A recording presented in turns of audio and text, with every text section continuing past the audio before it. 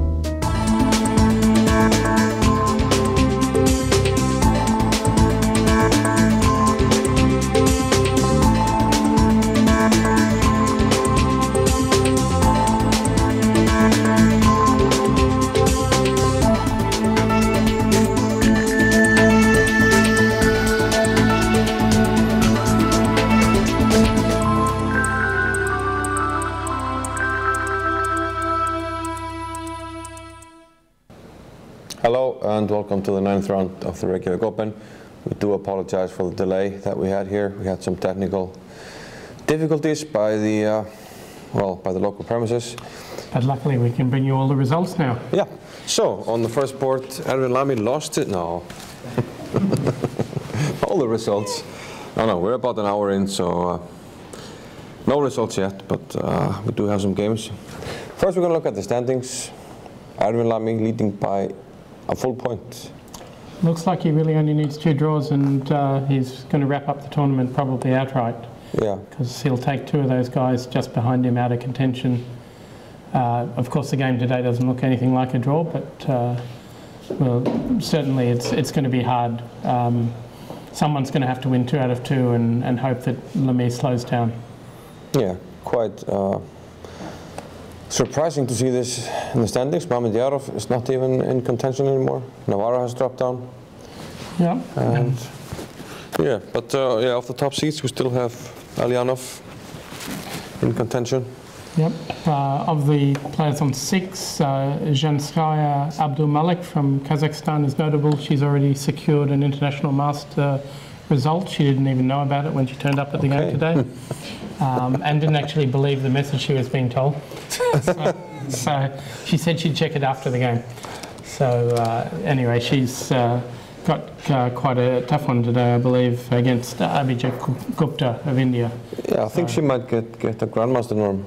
It's perhaps possible, yeah. So, yeah, she's certainly doing well. And today's pairings. Yeah, first port, Lamy is playing against Melkumian.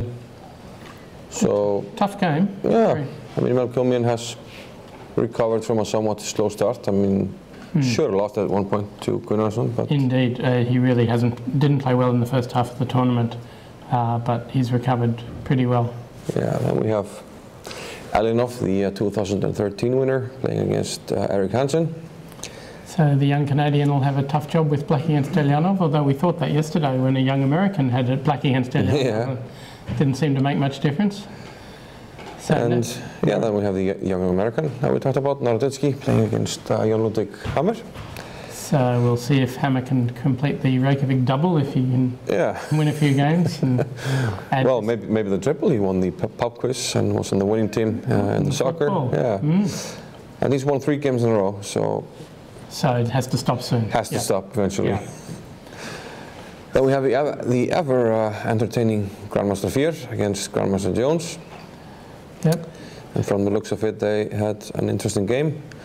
Mamedyarov is playing against I Am Stopa, who I believe has secured a Grandmaster norm already. Then we have Movsesian against Grover. Lipishevsky, who've had a quiet tournament so far, against Granda Sonika, coming off the disappointing loss against Lamy yesterday. And Gupta against Abdul Malik, like we talked about. Norwich is playing against Grandilius, and Paklesa against Yusupov. Then moving on, Stenkinsson against Volumir. Actually, Stenkinsson only on 5 points after losing yesterday, but on the designated board. Cornet against Christensen, Asseman against Navarra, and well, nothing special that catches the eye of the remaining pairings, but we always like to keep an eye on some of the local players, so we'll see what happens in Thorfinnsson's game. Thorfinnsson Gao could be interesting, yeah, for sure. So, and also we'll keep an eye on Gunnarsson, who is playing for his Grandmaster norm. Jonathan Gunnarsson, despite losing 2 games recently, he had a fantastic start, so he's still in. He's got a very tough pairing today against a young Hungarian, Tibor Antal, and so that's not what you really want when you have to win with black. Yeah, also he got the black pieces again today. So yeah, and then against an opponent, the kids are usually pretty well booked up and know what they're doing. So let's go to the first game, then board 1. I mean, if Melkumian wants to win the tournament, he really has to win this game against Lamy. He has to win with black. Yeah, and the game starts out as a Grunfeld defence, which Melkumian, I'm sure, knows quite well from both sides, having been a second of Livanaronian for so many years. Yes. And we have a Rook B1 line, so still trendy after 20 or 30 years. The basic idea is seen in this game: castles, Bishop E2, Knight C6, and now D5. And of course you can take on C3 with check here, but after Bishop D2, Bishop takes, Queen takes, the Knight has to go somewhere, usually A5, and then White can launch a big attack with H4. And these positions are just very difficult to play. We believe you're not seeing the board terribly well. The moves we're playing, so that's a pity. That's a pity. Because it is an exciting game, but those of you good at blindfold chess will be appreciating what we're saying. Rook b1 Grunfeld with sacrifice of the c3 pawn. Okay, so since we haven't got moves at the moment, it's a bit of a pity. So we'll see if we can go to another game and perhaps get the moves from that game if we're extremely lucky. No. Should we try it? No. No. Producers are saying not possible. So, well, perhaps we should just have a look at what's been happening in the Reykjavik Open so far. So we've got one player with a Grandmaster norm, a couple with chances, and quite a lot of players with chances for international. Yeah, Abdul Malik already got the IM norm. I believe young Norwegian. What's his name again? The Christensen. Right. Johan Sebastian Christensen, I think. Yep. He already has an IM norm. And another young Norwegian has a chance. I guess the reason was there's so many norm possibilities. If you have a look at the top 30 boards, almost everyone is a titled player, so you're not short of titled players, and there's players from so many different countries that you're almost never short of foreigners. So those technical reasons which often rule out norms just don't seem to apply. And of course, with some super strong players, 2,700 players, getting the right category, getting the right average opponent's rating isn't such a problem in the Reykjavik Open. So in general, you need to get at least, I think, half the players have to be titled. Yeah, half the players have to be titled. You have to play at least a certain number of federations. Is it 3 or 4? A half minus one of the players have to be not from one federation, and has to be at least 3 federations included. Yeah. So it's not too onerous, but if the tournament was absolutely filled with Icelandic players, you could easily run into them and have a problem like that. But if you're anywhere on the top boards, there's a few Icelanders, but you're more likely to get hit by Norwegians. Yeah. So, to be honest. But again, not 5 of them. So no, it's really not too bad. Did we have moves? Okay, I think we're close to getting the issue resolved. We're seeing Hrant Melkumian have a good look. He's definitely been caught in a line that... Okay, let's just go. So should we go from the start then? Yeah, we'll go from the start. Yeah. So it's a Grunfeld defence exchange variation with, first of all, with knight f3. Of course, in the old days, everyone played bishop c4, knight e2, and we still see that quite often, of course. But after it was almost played to death in the Karpov-Kasparov matches, then knight f3 started to be investigated. The reason knight f3 came to be considered playable is because bishop g4 lines were not as dangerous as people had thought. And okay, rook b1, it makes bishop g4 just that little bit harder because b7's hanging. There are quite a lot of lines where black plays bishop g4 anyway, but first black gets developed and knight c6. And here, if white just plays bishop e3, then bishop g4 could lead to a very sharp line that might be very equal. So d5, and here, this is where we were looking at bishop takes c3. Yeah. So bishop takes, bishop d2, take, knight a5. And because that knight is offside and that means the queen is tied to it and can't help, moves like h4. And there was a very exciting game last week between Alexander Fier, I think, and one of the top Russians, I believe. I can't remember who exactly it was, but it was anyway, one of the top seeds. And Fier in this tournament, or no, Capelle-Legrand, yeah. And in the end, it was a draw. But Fier was about an hour up on the clock with white. It was really hard work for black to make the draw. It might have been Elyanov, actually. It might have been Elyanov. But in any case, that game made you realise that even when you're extremely well prepared with black, it's quite tough to play. So instead, black played knight e5, which is the main line, and here there are plenty of games. Basically with knight takes e5, bishop takes e5, and queen d2, with the idea of playing f4. And if black allows white to play f4 and e5 undisturbed, it'll be a great position. So generally black goes e6, white goes f4, and there are a huge number of games here. Go here or even here. Yeah, right? the modern choice is to go to c7. There were games with bishop g7 played. I remember a ridiculous game between Novikov and Tukmakov from a Soviet championship Yeah, in the 36, 80s. h4. Oh yeah, novelty after move 40, I think it was. It was just crazy. It was an end game that had been thought to be drawn, and suddenly he turned it into a winning line.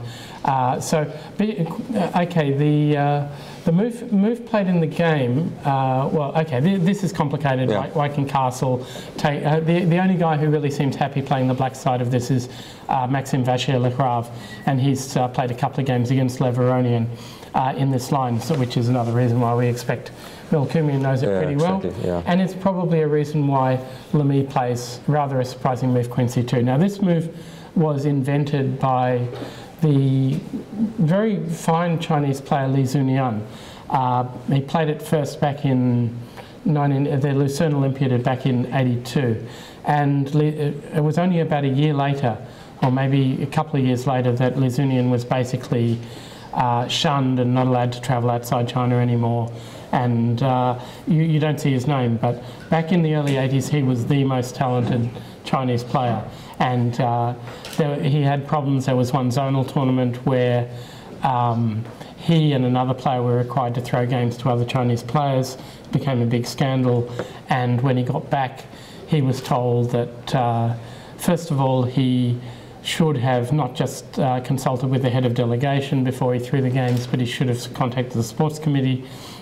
His head of delegation was the one organising it, and secondly he shouldn't have made it so obvious, because he and Chi Ching Swang didn't want to lose those games, so they would resign equal positions or lose on time on move 20 or do all these things to make it absolutely clear that they didn't want to throw the games, and as a result Li Zunian was basically never allowed to play for China again. And but has he been coaching? He has been coaching. Did he have a book at some point? Well, he's been the main coach in Shanghai for many years, but he was supposed to be national coach, so that job went out the window too. Okay. So it was really unfortunate for him. But Queen c2 was just one of his opening ideas. Didn't find a lot of followers, but it's clearly Lamy's had a look at it and decided it was good. Now the sharp line here is f5 with black. I mean, if the queen goes to c2, that's the sort of thing you want to hit white with. And then the question is whether white can afford knight takes e5, bishop takes e5 and f4. But the bishop will go back, and now d5 is just a little bit weak. So if you take on f5, we can take on d5. Because now we can play bishop d3, but now we can maybe think what this. Well, actually, maybe bishop d3, then take on d5. It could be even better. Yeah. So queen d5 after that. Yeah, that looks winning for black. So so you can't basically play f4 too early. It just makes your position too weak.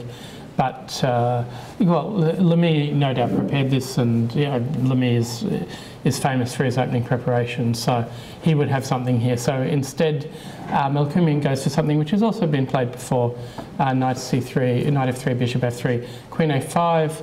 Just forcing bishop d2, and now since white's next move otherwise is white plays c4, black plays c4. But it doesn't really solve all his problems, because he has a b7 problem, which he'll probably have to solve with b5. But after he plays b5, so white castled to castles b5, and now his queen is tied to that pawn for a while.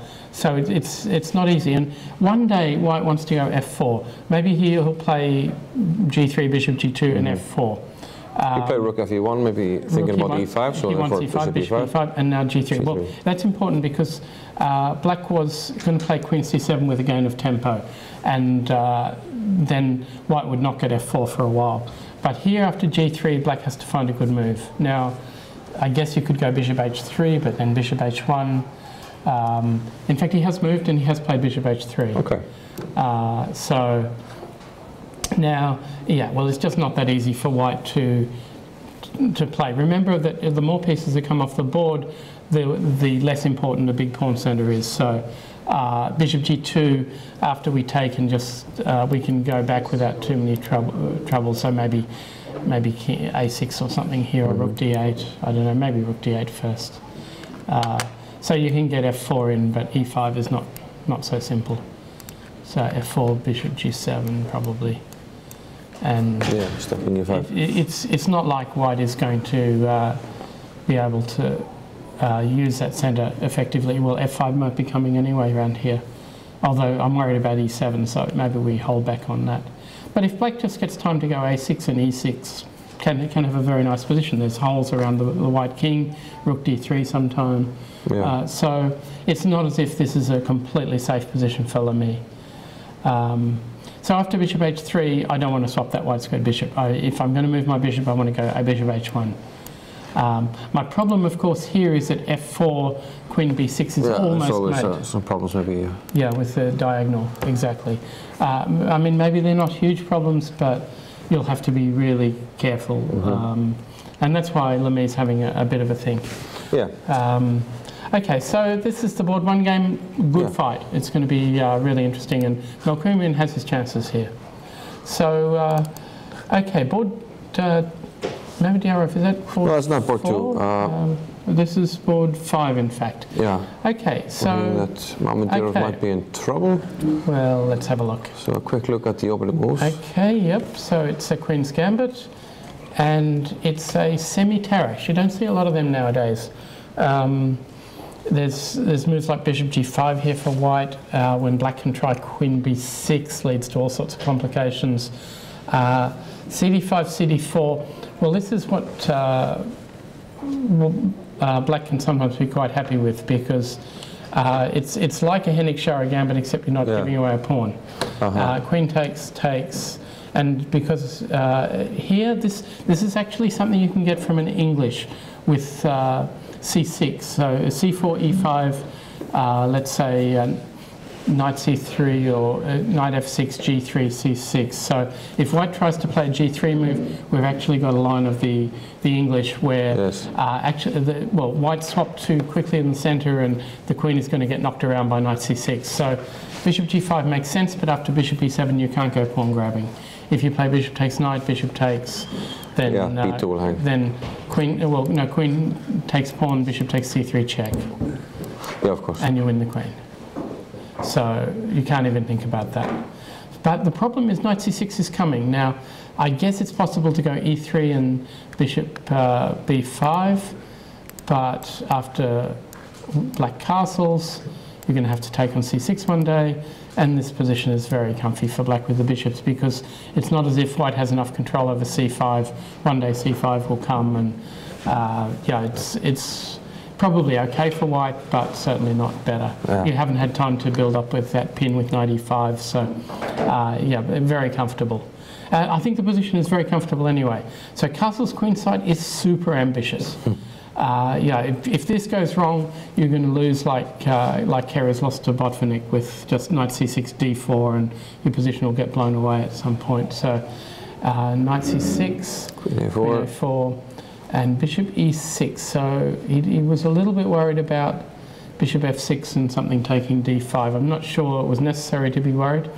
Now e3 looks very slow. Why would you not want to go e4? I guess because knight... what's wrong with e4 here? Because that's the move I really want to play. So if knight takes e4, knight takes e4. Yeah, that's pinned and we're covering g5. Yeah, and that looks fine. So why would you not do that? There's moves like bishop d7 I'm not sure about. If pawn takes pawn, knight b4 or something, but that looks a bit weird. Like this, yeah. I'm not sure I'm getting my pawn back after queen b3. So this is not working. So what is the problem with e4? That's because if e4 works, it's the move white wants to play. So d4 you just take with the knight. That's nothing. Is this... Yeah, no. Well, it's very challenging, actually. I feel like it has to... He thought for about 10 minutes about e3, so... Yeah. He must have thought about this. Okay, so let's try knight takes e4 again, because that's the only move I can play that might work. Okay, so knight takes e4. Now, do we have some secret attack down the c file. I don't really see it. No, it's not working. So what's wrong with e4? Absolutely baffling. I'm definitely missing some tactic here because yeah, the difference between e3 and e4 is just enormous. A move like knight g4 doesn't work very well because there'll be bishop takes bishop and he takes d5. The white queen doesn't seem like it's in trouble. d4, knight takes d4 definitely doesn't look very good. So I'm a bit confused by that.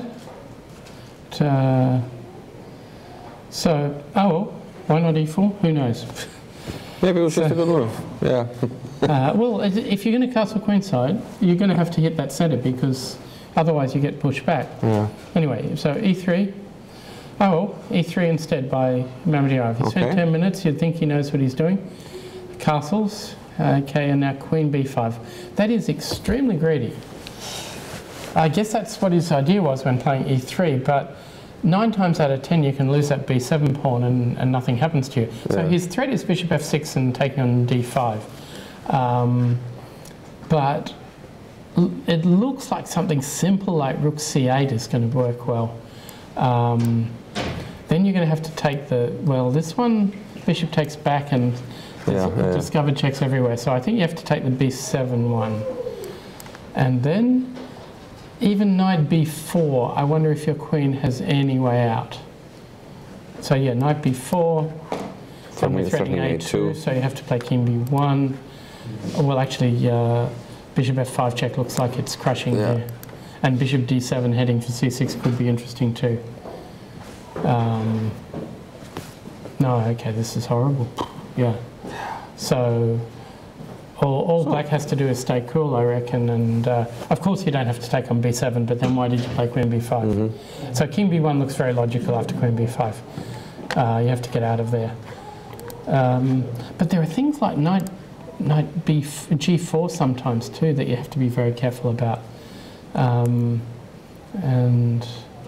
even here, knight b4 and threatening a bishop check sometime could be a bit scary. I guess you can go a3. So bishop check, king a1, knight check, king a2. Maybe that's okay.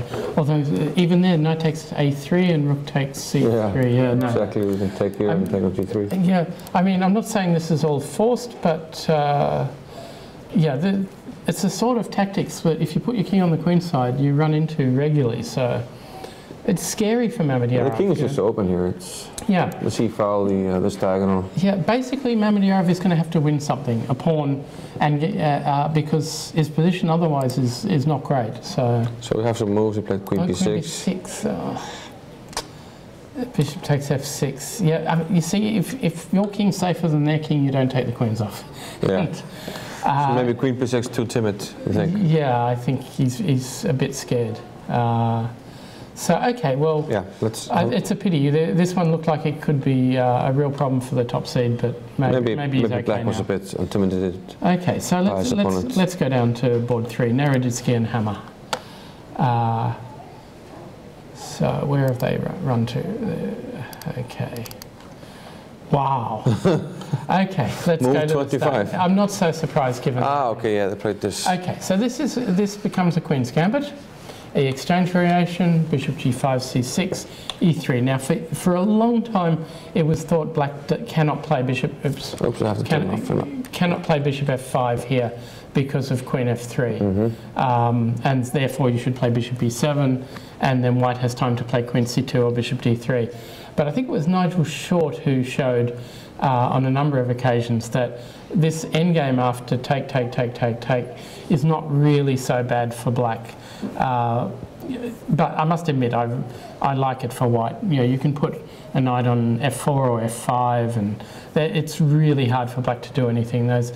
Basically, black's knight is headed for b6 and c4 sometime, maybe trying to get some queenside pawns rolling. But okay, h4 I haven't seen too often. That took 10 minutes, which is That's a little bit committal. It's occasionally white wants to go h3 and g4. So we'll see. King d2 is fine. Bishop d3, bishop d6, of course. Black would love white to swap. Knight e2, king f8, g3. Now black swaps. White is getting ready for knight f4, and if you take, we'll take back with the g pawn, and that's definitely a bit better for white. So take, f5. And this sort of position with knight f6, knight e4 should be okay for black, but it's really still not a lot of fun. I mean, it's not a position where the bishop can do much. So we're being told that actually Vlastimil Hort tried this endgame in the 50s and Karpov in the 60s, but they were young and stupid back then, so maybe they forgot about Queen f3. Yeah, it's certainly, for a long time it was considered bad. Okay, we've now been told Tal-Spassky 1973 was also used it, but there is a serious danger that Tal-Spassky 1973 was a prearranged draw. So, okay. I'm just wondering. 57 moves, maybe not prearranged. Okay, it was a serious game, and so yeah, the top players have been willing to play this with black, but okay, after the bishops come off an f5, it's there's a few little things about this position where if white hadn't played h4, he could think about going for an f4 plan with knight g1, knight f3, trying to encourage him to go f6. And then the black knight couldn't get to e4, that sort of stuff. I'm not sure it'd work so well. The strange thing about these positions is white generally doesn't go for the minority attack. In a normal Queen's Gambit exchange, white will be going for b4, a4, b5. But you don't have your white squared bishop, and that means black's knight will just sit on c4. And so black can even go b5, knight b6, knight c4. As soon as you go b4, you're going to have some problems on the white squares. So there's just not a lot happening around here. So knight f4, knight f6, king e2, take, g takes, and black is now about to put that knight on the perfect square, d6, covering the c4 square, covering the f5 pawn. Still a little bit better for white, but okay, f6, so if rook g6, just king f7, and now all the rooks come off. Well, I'm sure Hammer knows that this is actually not really a problem. You look for a plan for white to get to those weak pawns. Oh, a few more things have happened. The knight's come to d3. The knight can go to g3, but black's king will come to g6. Won't be a so problem. I can maybe put some pressure on with it's not here, but the king is well in time. The funny thing about this position is that similar endings will have probably been analysed already by Hammer, and he'll know which ones are holdable and which ones aren't. And well, if white plays e4, black would just take everything, so that's not really going to cause a problem. Maybe he's going to play knight to g3, force the black king to g6, then play king d3 and e4.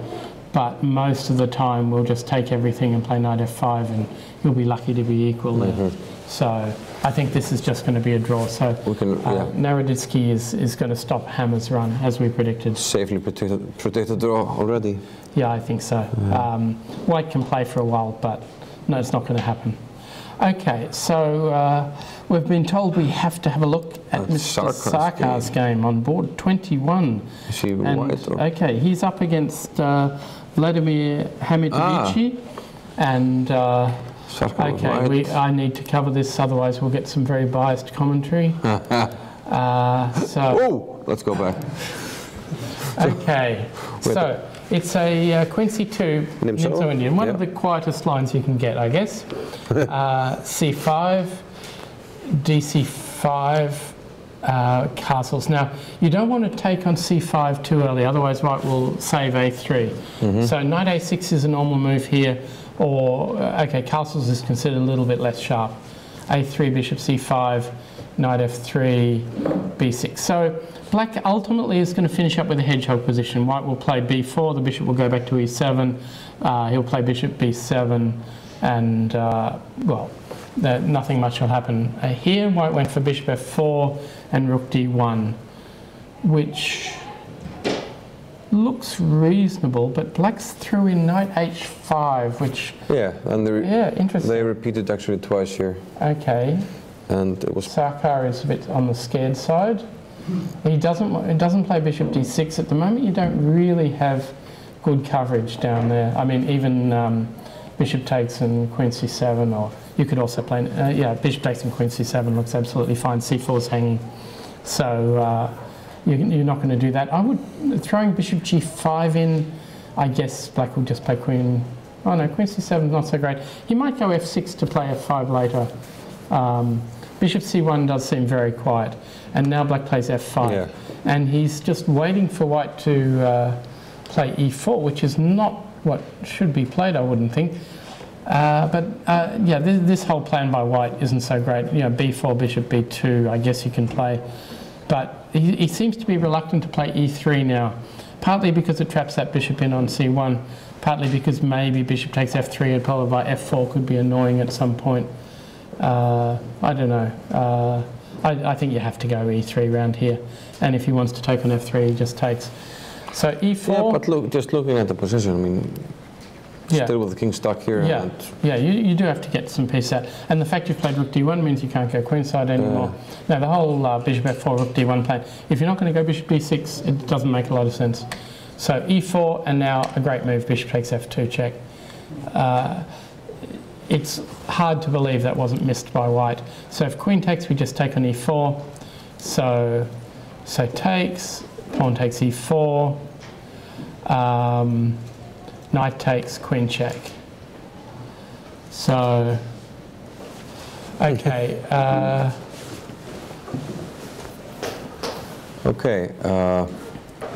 So, hammer, by the way, hammer and Naroditsky have just...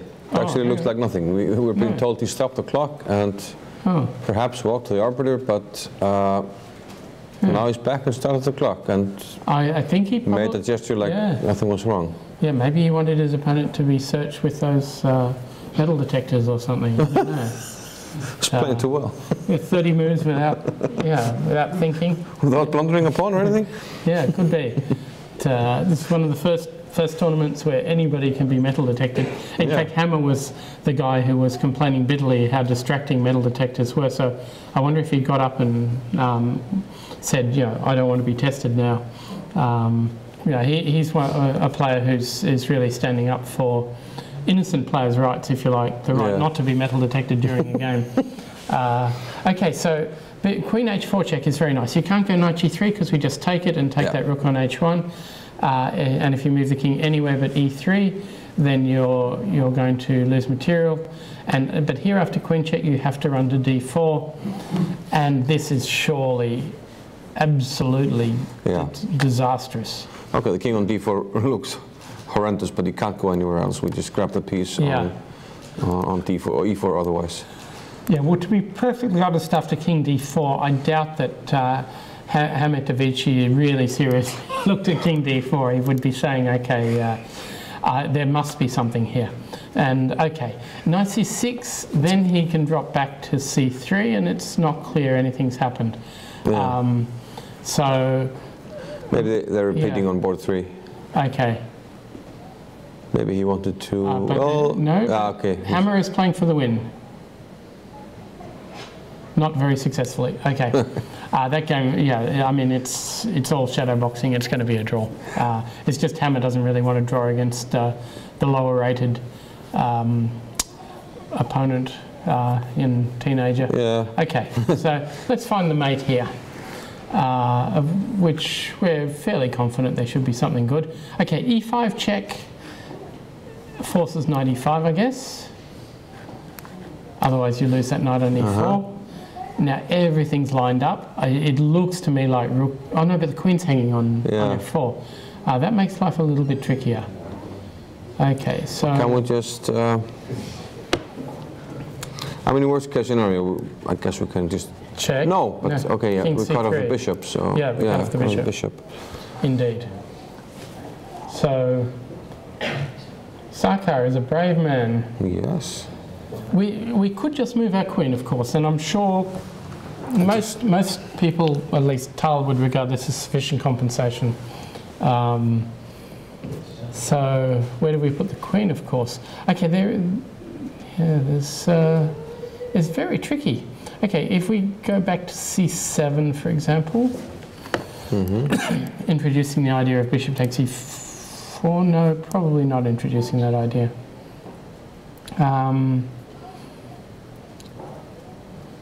Yeah, so, but black can run away, king c3, it's not so easy to mate that king. Yeah. So, it's really not a total disaster. do we have a result on board 3? Looks yes, like it, yeah. It does seem as if Hammer left the board to ask if they had to get to move 30. Yeah, which is indeed the case in this tournament. Right. So maybe he wasn't sure, I wanted to check that. Okay, so Naroditsky and Hammer are not going to win the tournament. No. After today's draw. So they're sitting on 7 points. They're clubhouse second place, but it's not really so great. There's a few people that are going to go past them after today. Yeah. Okay, this is a wild game, but I don't believe this is good. I wish someone would find the forced mate in 17 that we're missing, because it looks so dodgy. Yeah, this is. It looks dodgy, but yeah, no. We don't have a lot of pieces, maybe. It actually reminds me of a game I played in an Australian Junior Championship where an opponent basically marched his king up to b5 with everything on the board, and I failed to mate it, and he won the ending with the active king. And it was I'd only sacrificed two pieces for a rook actually. Here's a whole piece, so white's got more chance of surviving and being happy, because that white king can go king c3, king b3, king a2, and it's actually on a decent square. Okay, knight c6 just looks right, doesn't it? But king c3 and I can't find a move. Yeah, the queen must go somewhere, and white maybe even has time for king b3, king a2. It could be, yeah. So maybe our queen should just sit somewhere like g4, keeping all the pressure. Instead of knight c6. G4 is a computer. Instead of knight c6? Yeah. Yeah. And does the computer like it? Yeah, but he played queen f5, which the computer doesn't like. Oh. Yeah, but he's a human, isn't he? Is he? Yeah. A4. Yeah, queen take. Þeir bara með drottningunni. And one check and the king goes back. So that's not enough. Yeah. So queen f5 played, but Kemur greina það ekki nóg fyrir það. okay, let's keep going down the games. We haven't actually got to board 2 yet, have we? So maybe not as Yeah, it's not as critical decisive, as we thought. decisive, yeah. But it'll be a fun one to go back to for sure. Okay, so board 2. Yeah, we haven't looked at Elyanov at all. And he's playing the young Canadian Johannesson. Okay, a lot of moves here so far. Let's go back. Yeah. So English it's in opening? English. It didn't work for Elyanov so well yesterday. We'll see how he goes this time. And Johannesson does seem to have the idea that if it's good enough for Elyanov, it's good enough for him. But bishop f4 is not a normal square in these sort of lines. Now, one advantage is that if black goes d6 and then tries to play e5, the knight on f6 is not so good. So, yeah, I would rather be on e7 in that case. Probably. Yeah, we were told that Erik Hansen had a chance to have a wild night on the town last night, and he decided to go for the good night's sleep. We'll find out if that was a good call or not. Yeah. Certainly, there have been a few players enjoying the Reykjavik nightlife, not all of them successful the next day. So, let's see, d6. Yeah, but this bishop f4 move we actually saw in an earlier game, but with colours reversed. It was Jones against Gunnarsson, where Gunnarsson won a nice game with black. Yes. But maybe then the opposite king is already castled. Well, queen c1. Now, black hasn't castled, that's exactly, a big difference. And can play h6. Yeah. And now the question is whether black's development is held up enough or whether he can even just go king f8, king g8, king h7 and develop that way. But first there's lots of things to do on the queen side. So rook b1 is one thing. Okay, and now queen d7 by Johannesson. That is a move and a half. You'd expect him to play bishop d7, for example. And if a3, presumably just go a5. The bishop on f4 is simply not a great piece. But instead, oops. My fault. Here. Instead he played queen d7. So what's the point? Usually when you play it in these positions, you want to play b6 and bishop b7. But do you have time for that? Well, knight d5 is aiming not to give him time. So the threat is to take on f6 and force him to take. H6 hangs, pawn takes. But I wouldn't normally think this exchange really favours white. So knight e5, is white really going to play b4? If you do, you're not really achieving much. So knight f3, take, and Johannesson queen can be a4. Yeah, well, he wants the bishop on h3, I guess. So that gets the queen out of the way. Are you going to take on a2 is the first question. Maybe you can. Alianov invited him to do so, but... By castling, yeah. So bishop h3, why not throw that in first? Rook here. And now, what about queen takes pawn? My guess is white will hit with b4 then. And try and open things up for those bishops. And you could get into trouble. Okay, so let's say we play b6 and try and keep you out. We just take. Must take with a b pawn, otherwise d6, and presumably just rook b7. And that looks like good value for a pawn. Yeah, already queen e3 is annoying. Yeah, I mean, you'll have to go bishop f6. Oh no, but that loses h6, so you don't even have that. Yeah, so white has compensation for sure. So instead of that, Johannesson moved his rook away from the a8 square and discouraging b4. And white played e4. So Elianov now doesn't have to worry. Well, queen takes a2, rook a1, queen b2 is another question. So I guess you're going to go rook a1. You could, and queen takes b2, take, and rook a7. That does. We always have rook b1. Yeah, indeed. That again looks like it's at least equal for white, probably better. But I think he played g5 according to our webcam. Okay, so g5. Bishop d2. And castles. Okay, well now at least white doesn't have h4. That's fairly important because Elianov was holding back on castling and waiting to hit h4. Now it's not possible. But of course, if f4 ever comes, it's going to be very annoying. So there are these little weaknesses around the king. White, if everything was okay on the queen side, white would like to play queen d1 and bishop g4 and get control of the white squares. But that's not really happening at the moment with that queen sitting on a4. And white doesn't want to really play a3 because, well then b4 doesn't look like it's going to happen for a long time. Maybe you can play a3 followed by b3. So, okay, it's a complicated game, but I think our Canadian viewers will be pretty happy with what Johansson's got. And well, it's active, and he's got a couple of weaknesses, but it's really not a problem. So we can zip back to the Mamedyarov game because we've been told something's happened there. A lot of moves have happened since last time. So where did we leave it? Wow, we said queen p6, bishop takes f6. Okay, so take, knight d5. Well, this was sort of expected. Bishop takes, rook takes. So has black really got enough compensation here? Knight b4. Probably because a2's hanging. So takes the queens off, rook b5, knight takes, and king b1.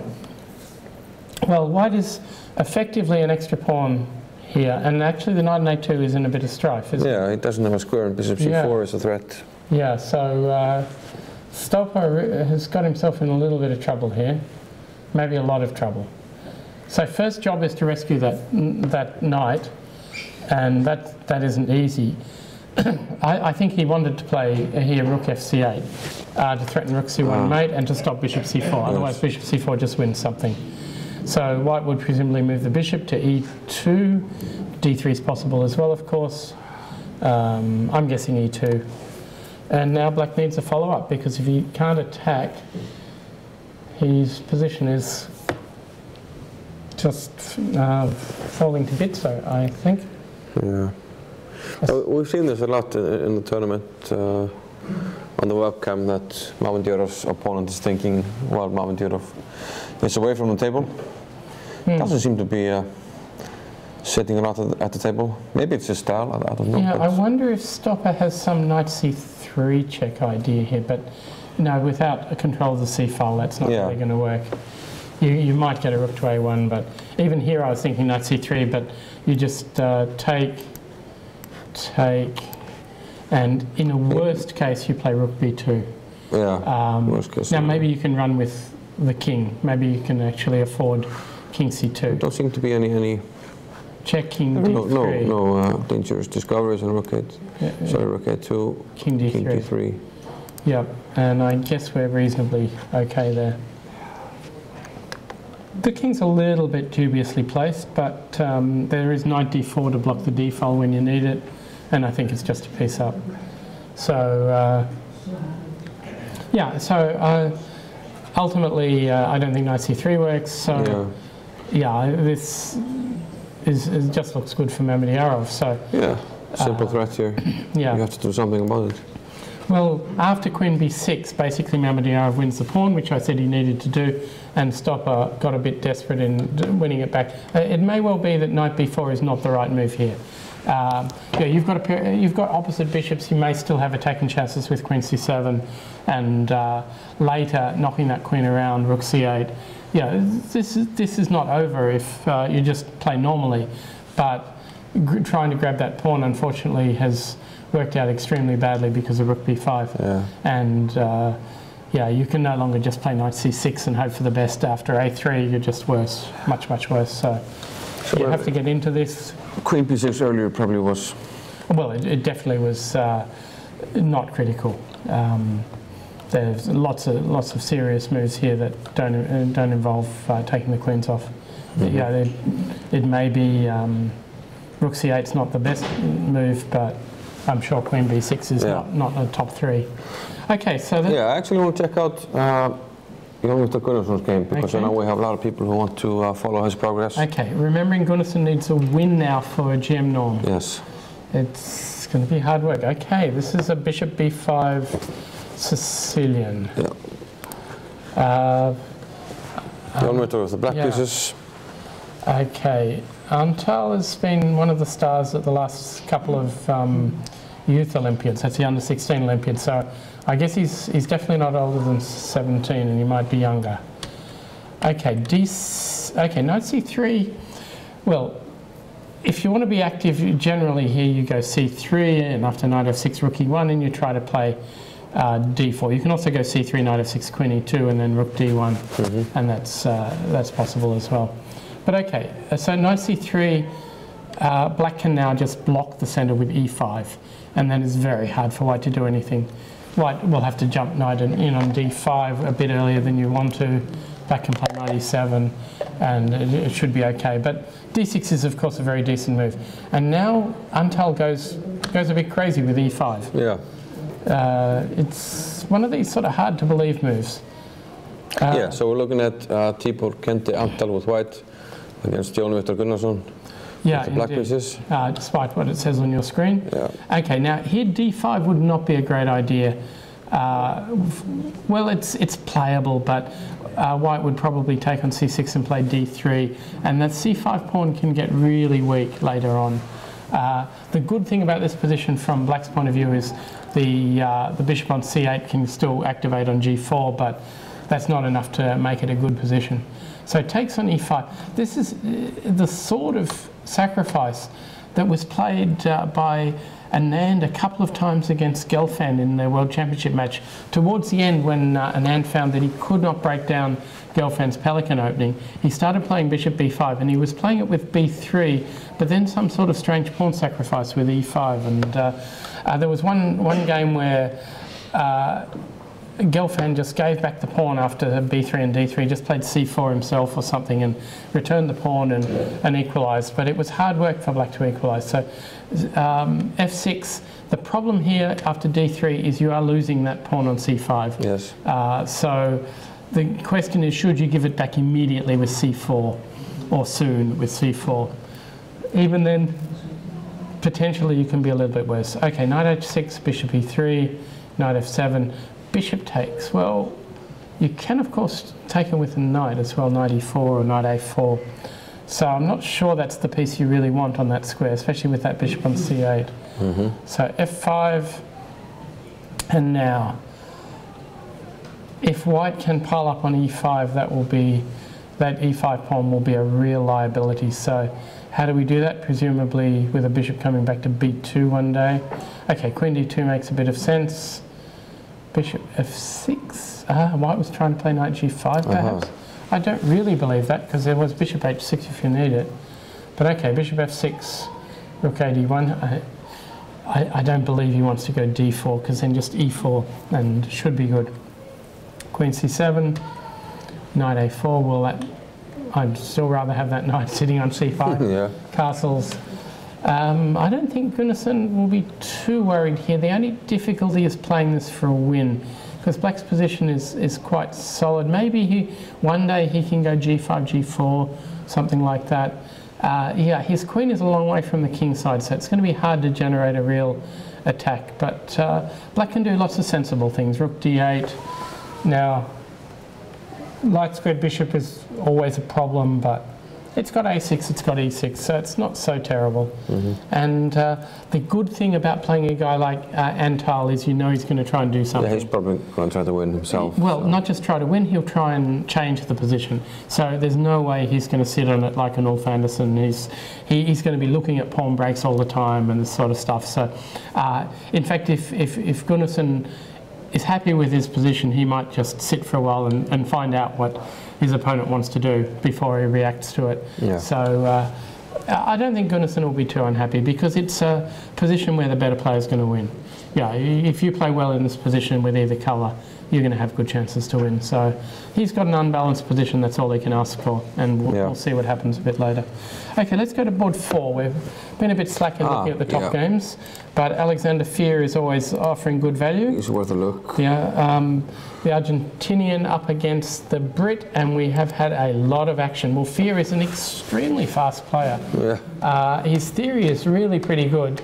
Already 31 moves, and we're... And he knows he's going to get a King's Indian against Jones, bishop e2, and he's playing an Averbach system. Well, we played it already in the tournament, I believe. Yeah, well, Jones plays knight a6. This is relatively modern.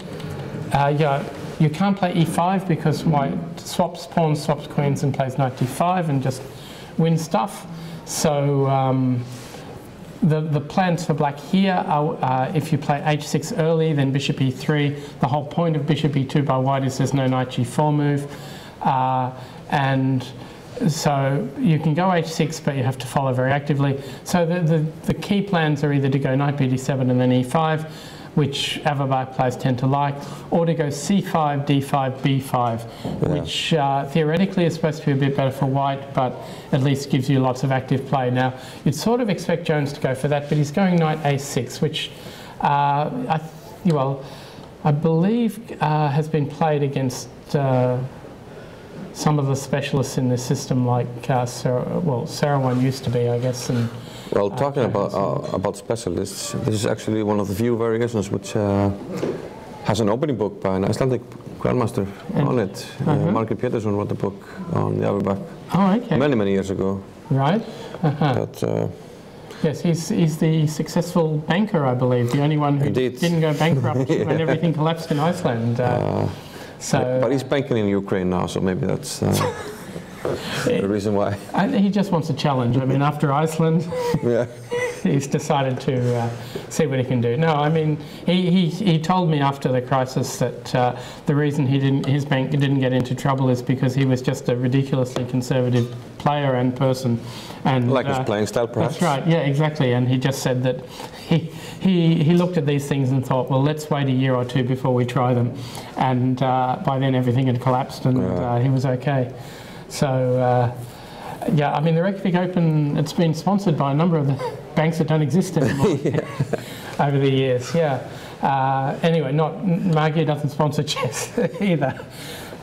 Super conservative guy. Okay, F4, well, if you can get away with this, it's good, but C6 has been the move that's been really annoying for players who play F4, because the knight goes to C7 and then it goes to E6 and you just don't have a good idea. So either you try and blow Black away immediately with E5, which doesn't seem to work, or you find a way to protect that F4 pawn. Well, Queen D2 is a way to protect the pawn, so at least when the knight comes to E6, then Bishop H4 is playable. But Knight C7, you still have to be careful, because there will be a problem on D4 sometimes as well. Bishop F3 is preparing to answer knight e6 with bishop h4, and then all the tricks on d4 don't work so well, and white can put a knight on e2. So black can't play bishop g4 and get rid of that knight. And here Jones breaks with d5. Nobody was spending much time around here. Yeah. This is all still theory, and okay, white has to take and play e5. That's the only way you're going to get any advantage. And if black can get away with knight e4, it's okay. Yeah, we had some interesting tactics after this. So knight e4, yeah. Take, f6. You can't leave white alone, of course. Bishop h4. Take. And then there's funky move, bishop takes e5. Yeah. And this is the reason, I guess, this whole line is playable for black. Of course, fear. Pawn if it takes, then I guess check. And if king takes, queen takes queen. Yep. Yeah. And king e2, of course, we just take the queen and take the rook. Yep. So nice tactic there. Yeah. So bishop takes. You've got to go knight f3, and the bishop will go. I didn't go back. It went to f4, and queen d3. So this is the sort of position you try to assess out of the opening. And I guess the fact that Fear is playing this, he believes there's still something small for white here. Because he could predict Jones was going to go knight a6, and so you can get this more or less by force. So knight d5 is absolutely necessary, because otherwise the b7 pawn is weak and you can't get your bishop out so from after knight c8. d5 you can get this bishop out, bishop f5. Bishop f5. And Jones may not mind this too much, because at least he's got something to work with. The d4 pawn is a little bit weak, but really this position looks very equal. So let's see how the game proceeds. So rook e1, queen d6, and whoa, Fear loves his tactics, doesn't he? Typical Fear move. Isn't that great? So in fact, the Fear was setting him up for this. Okay, now we could of course take on e4 first and play e6, but then maybe the b7 pawn. I don't know, there's always rook b8. It's not really very scary. But after e6, g3, last chance to take on e4. Okay. We actually have some developments on the board, so maybe we should just... okay. Hurry. Knight takes, bishop takes. Looks like they agreed to a draw. Rook takes and rook e6. So he's going to win his piece back, but Jones gets this endgame. Oh, he doesn't even go rook b5. He goes rook here first, and then rook b5. And black should be active enough. Knight e5, a few things come off the board, and drawn. So you have to get out of the pin. Otherwise knight e7. Otherwise knight e7, and here you can't run away with king f6 because of rook f7. You really don't want to go king h6 and walk into a mating net. Like, he hasn't got any great choice. I mean, the one surprising thing is not taking on b2 first and then playing king g7, but I guess you're still not getting away. So, so in fact, this bishop e7 is just not good enough. It looks like a nice idea, but queen d5 and this ending is just equal, despite the extra pawn. A little bit like the Mamedov plan, in fact, with the rook on b5 and attacking a couple of double pawns. Yeah. So we can now tell you that Fear and Jones will not win the tournament. Yeah. Really, we're left with Elyanov knowing that it's a big game against Erik Hansen. If he can win this, he will get Lamy next. And yeah, so we'll maybe have a look at Lamy, board one. Yeah, okay. So, in fact, after bishop h3, White did bring the bishop back to g2, and now I don't think Melkumian will be worried. In terms of winning, it's not that simple, but bishop f4 is super ambitious. I guess he's worried he won't get to move that bishop at all if he doesn't play bishop f4. But take, queen c7, and I'd be getting a little bit nervous here if I'm Lamy, because if you play e5, there's a big danger that there'll be some tricks on that long diagonal. I guess you've always got queen e4. So maybe e5 is playable. I'm sure Lamy would love to play e5 if he can get away with it. And queen b7, can I just... Queen b7, queen e4. Can I play e6? e6, exactly, yeah. It's already It's a tricky. pawn. Yeah.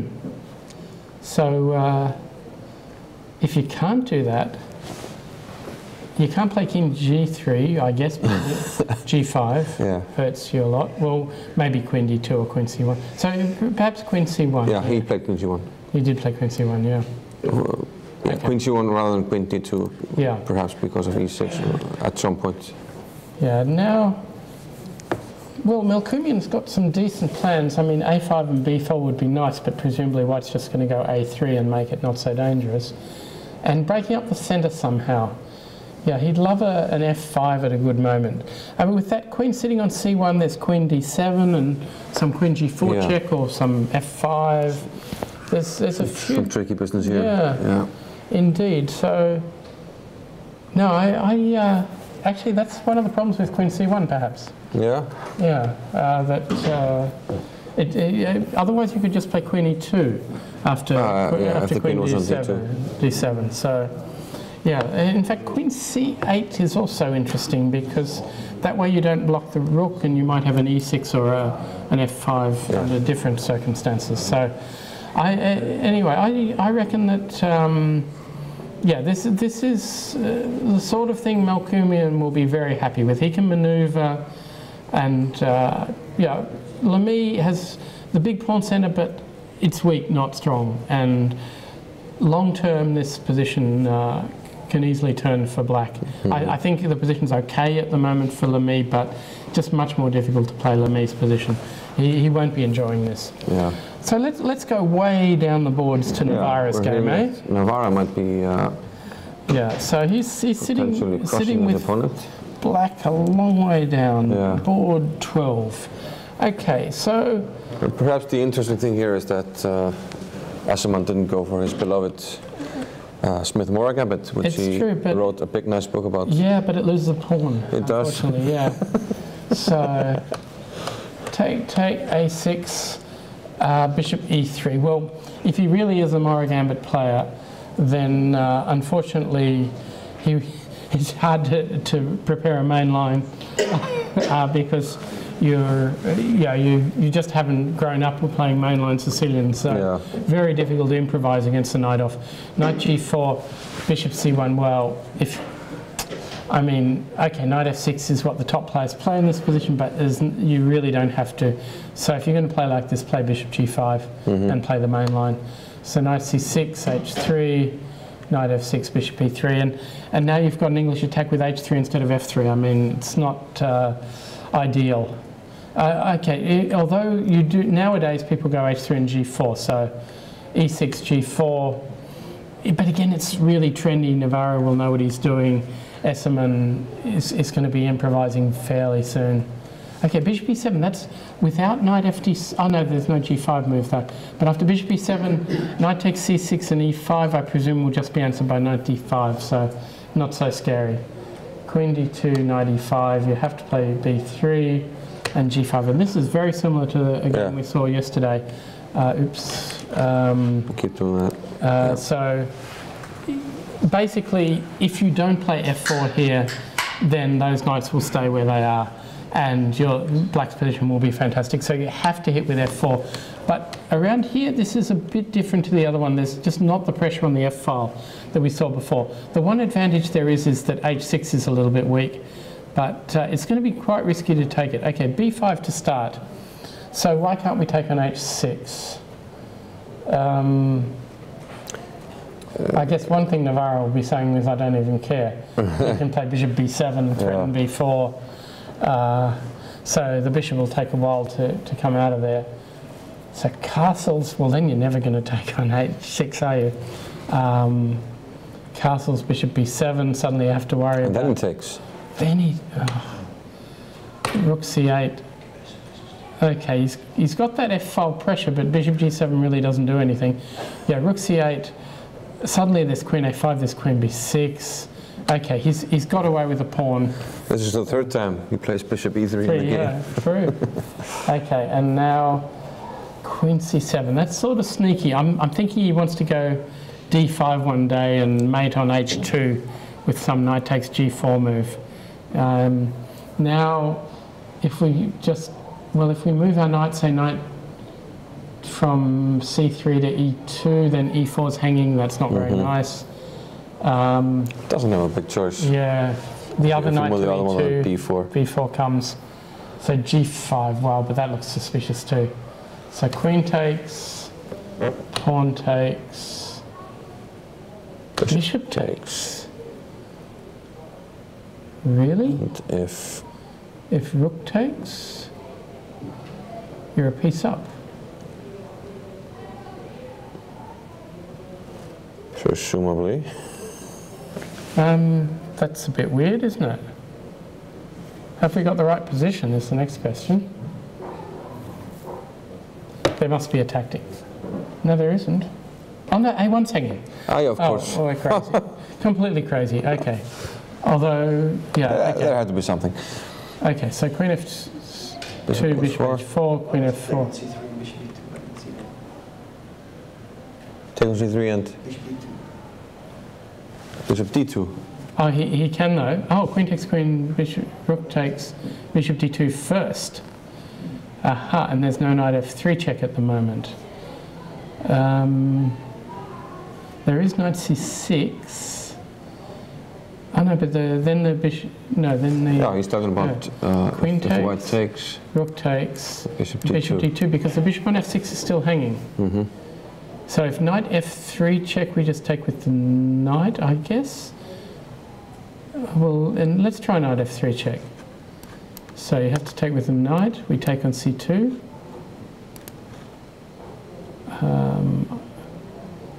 We get a few pawns, but they shouldn't be enough. So rook c1, I guess. We don't have to protect that bishop at the moment. And let's say rook a2. And I just want to protect e4, rook fe1 or something. And I don't think that's enough for the piece. Yeah. So in fact, yeah, Esserman did have tactics. It's just that it just involves swapping the queens. What else can you do? Yeah, maybe rook g3. Is that possible? Rook f6. And I can both double and take on e4. So double first, I guess. And bishop e4. Ah, this is serious, isn't it? We get the piece back and we're good position. Pawn up. Yeah. Okay. Okay. Navarro tends to calculate quite well. He does, yeah. Except yesterday. Yeah. So bishop h4, queen f4, and rook g8. And suddenly bishop g5 is coming too. Oh, this is awkward. Yeah. Bishop g5 is threatened. Okay, you can't move your queen away because bishop e4 is also a problem. That knight on e5 is a monster, actually. It's a great piece. So what about knight f3 here? Oh, but there's bishop... No, bishop g3 is nothing special. Queen h6 or something. Oh no, bishop g3 works. Bishop g3, queen h6, rook g6, queen h8 check, and king e7, and then you're threatening the queen, and you're also threatening the e3 bishop. So rook g6, yeah, rook g6 here. And it's check. Check, king e7. King e7 and this guy. Yep. Can't be defended. So that's pretty bad. So probably Navarro's on top here. But, Yeah. okay, we've moved a fair way away from the opening, I guess, because we started an hour late. One more, Movsesian Grover, the young Indian, up against Sergei Movsesian from the Czech Republic, originally Armenia. Sometimes Slovakia. Yep. Okay, that looks like it's been an exciting opening. It was, French. French defence. French Tarsh. So, takes bishop c4, queen d8. Okay, the main line is queen d6. I've seen people going to c5. I've seen queen d7 be played recently. Queen d8. Okay, white will get the pawn back. a4 immediately. Okay, he doesn't want the pawn back. He wants rook d1 and getting it back a different way. Yeah, well, white eventually gets it. Yeah, and so he doesn't go to c7, he goes to e7. Okay, he's allowing him to play e5, by the way. Yeah, we can actually see a lot of shade. For once, the sun is shining and we don't have a storm and snow outside. And we've been told that the Movsesian Grover game is not so great because of the sun. I mean, one of the things about Harper is the incredible glass windows, and there's a game or two where, the sun comes in a lot. It's mostly down in the lower boards, but you can see Grover's face has got a bit of light on it. So yeah, he has to position himself so that sun isn't. I mean, he'll put up with that because today's really been the first day of the tournament where you can walk around and not get blown away or hailed on or snowed on or something like that. So what's a suffering chess player for that? Okay, rook takes an e5. That's why he's put his queen on e7. Grover is really ambitious here. So his plan is if rook d1, he's going to go bishop g4 and try and play e4. Maybe even start with e4 and then play bishop g4. So rook takes d6.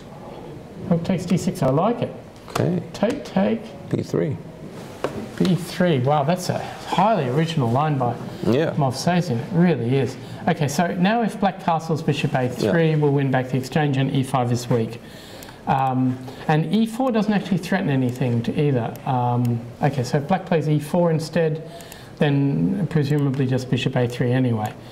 Yeah, now the king is stuck. So Grover is, well, it's a lovely idea. It only took 2 minutes for Movsesian to play it too. That is quite remarkable. Well, probably not prepared because he spent some time. No. He spent half an hour on queen e2. So, No, did he? Maybe 30 seconds. Oh, maybe 30 seconds. Oh, so he hasn't really had any long things. No, maybe it was all...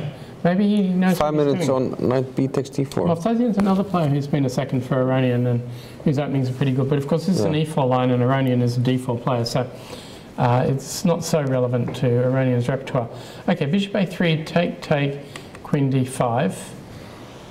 And we have to keep the queens on. Absolutely, but I guess the other thing that Movsesian is desperate to do is to make sure black doesn't just castle queenside. So queen c3 rather than queen b4. And now rook e1 is coming. So knight d7, and he wants f6, king f7. Rook e1, I wonder if that's necessary. I'd be looking, with the knight on d7, I really want to put my rook on the d file. I'm not sure how my queen can help that though. I guess we still haven't got you to cast, stopped you from casting queenside, so knight d2 and only now, okay, king f7. That knight is appearing on a good square though. So rook h d8 and suddenly king g8 is happening. Well, Grover must be reasonably happy with this. Queen f3, it looks like he's playing for tricks and only tricks. Black shouldn't be far away from king g8. Almost just consolidating. Absolutely. So here, knight f8. Protecting the queen. We're not worried about knight g5, just king g8. Yeah, and if c4, you just go queen d3. So you don't have time for knight d6 check anymore, but if you played knight d6 check here, then just king g8. then you can't get your queen to the diagonal to cause a smothered mate. And here, queen h5 is nothing. So, well, this looks like Movsesian is in all sorts of trouble. Yeah. Looks like it was too much, maybe. Yeah. The sacrifice. H4, well, I mean, king g8, h5, h6. We've got a few holes, but I'm not too terribly worried around here. My knight can come to h7 and g5 later. This is, well, this is fantastic for the Indian teenager. So Grover could be moving up to 7 points after today. There's a long way to go, of course, but yeah, rook takes d6 looks lovely, but bishop e6 was a very decent response, getting rid of one set of attacking pieces, and yeah, so that one's going very well for the lower rated Grover. And let's have a look at Grander. It's a tough game for him. He went down with white. He had the advantage most of the way against Lamy yesterday. So to come up against Libitsievsky today, it's going to be difficult. Let's see how the opening went. So it's a can Sicilian, queen c7, queen f3. Well, this is trendy, and against Grander, yeah, trendy is good. So, knight f6, bishop g5, queen e5, and bishop e3 again. I think this is not supposed to be so fantastic for black, but we'll see. Bishop b4. He's getting greedy. Castles, wow. Take, take. Now, if you take on e4 with the queen, I think just queen g3 is annoying, and there's lots of these weak dark squares. Castles is logical, but after bishop d3, eventually white's going to move the queen and play f4. Knight e8 is getting ready for that. Queen g3, so that those double pawns don't matter. Queen a5, and here, well, e5. So white definitely has some attacking chances, but I must admit, though, I'm nervous about the white king. Yeah. Okay, so queen takes knight f3. So queen a1 check, he's just going to run away. F5. So was bishop h7 a threat? Possibly. Bishop h7, knight g5, queen h4. So f5 is a decent reaction, takes. And now instead of just taking back, he throws a check in first, which is a strange check, because I didn't think he was in any danger of bishop h7 or anything working. And only now takes on f6 with the knight. So bishop d4, another check, bishop b2, knight c6. So how's white's attack going? Well, that knight on f6 is great insurance against most of those attacking things. Knight g5. e5. Yep, and a3. So it's actually not that bad for white. So queen e7 makes a lot of sense. At the moment, you don't have bishop c4 check. Oh, well, actually, you might have. You might, yeah. But I think black would just play d5 and bishop takes and then bishop e6. And although then e5 is still weak, so I don't know. I want to do that, but okay. So this one is just extremely complicated. I trust Grander. The pawn grabbing looked very logical, and there are no direct threats. But white has just a lot of activity with rook he1, and his king's reasonably safe. I thought his king would be a problem, but Libitsievsky is doing fine here. So this is an anything can happen position, and Grander has to be careful not to make another mistake. So we've pretty well covered most of the top games, and well, they're all big fights, aren't they? Only the draw between Hammer and Naroditsky was a bit disappointing, and further down there are going to be some great games. So I better take a break and hand over to Fiona to take you through the middle games. Yeah, stay tuned. We'll be right back. Thank you. Welcome to chess.com. Chess.com is social. Now you can play chess with your friends whenever you want, whether that's middle of the day or middle of the night. You can get instantly matched up with one of over 5 million other members from around the world. You play live games in real time, turn-based games at your convenience, or tournaments with anyone at any time. Chess.com is mobile. You can play online from your computer, or you can play on the go from your tablet or your smartphone. No matter where you go, whether you're at work, grabbing a bite to eat, or just enjoying some time at the park, Your games are there with you, and keeping multiple chess games going has never been easier. Chess.com is for learning. Don't just play chess, get better. The best chess training resources have never been more accessible. Learn essential chess strategy quickly and easily with the extremely popular Tactics Trainer tool. Improve your game in ways you didn't know were possible with training videos by chess masters. And regardless of where you're at now, take your game to the next level with multiple simple-to-use training tools.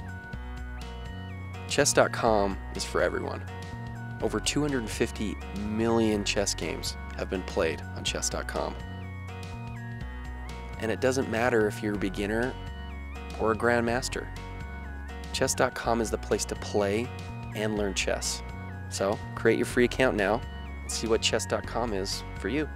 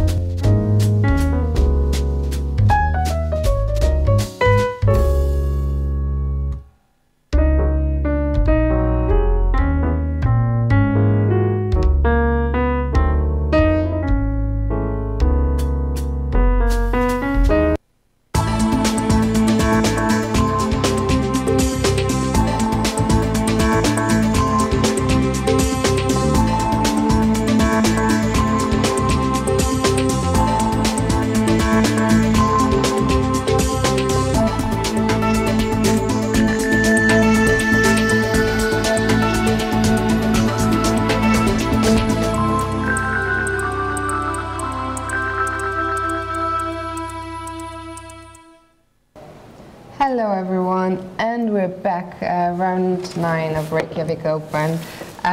You're very lucky to have Ian Rogers instead of me in the opening phase of the game, helping Ingvar out here. I was Very in the helpful, audience.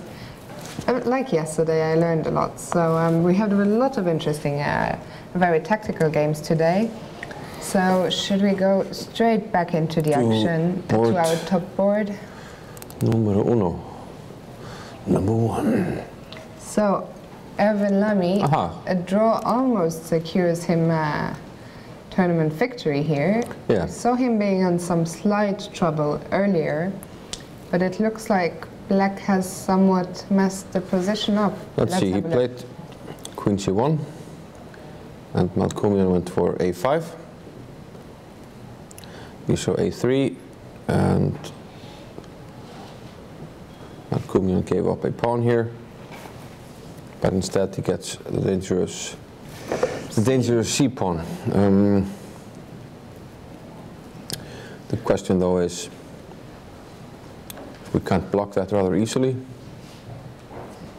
and perhaps try to give up our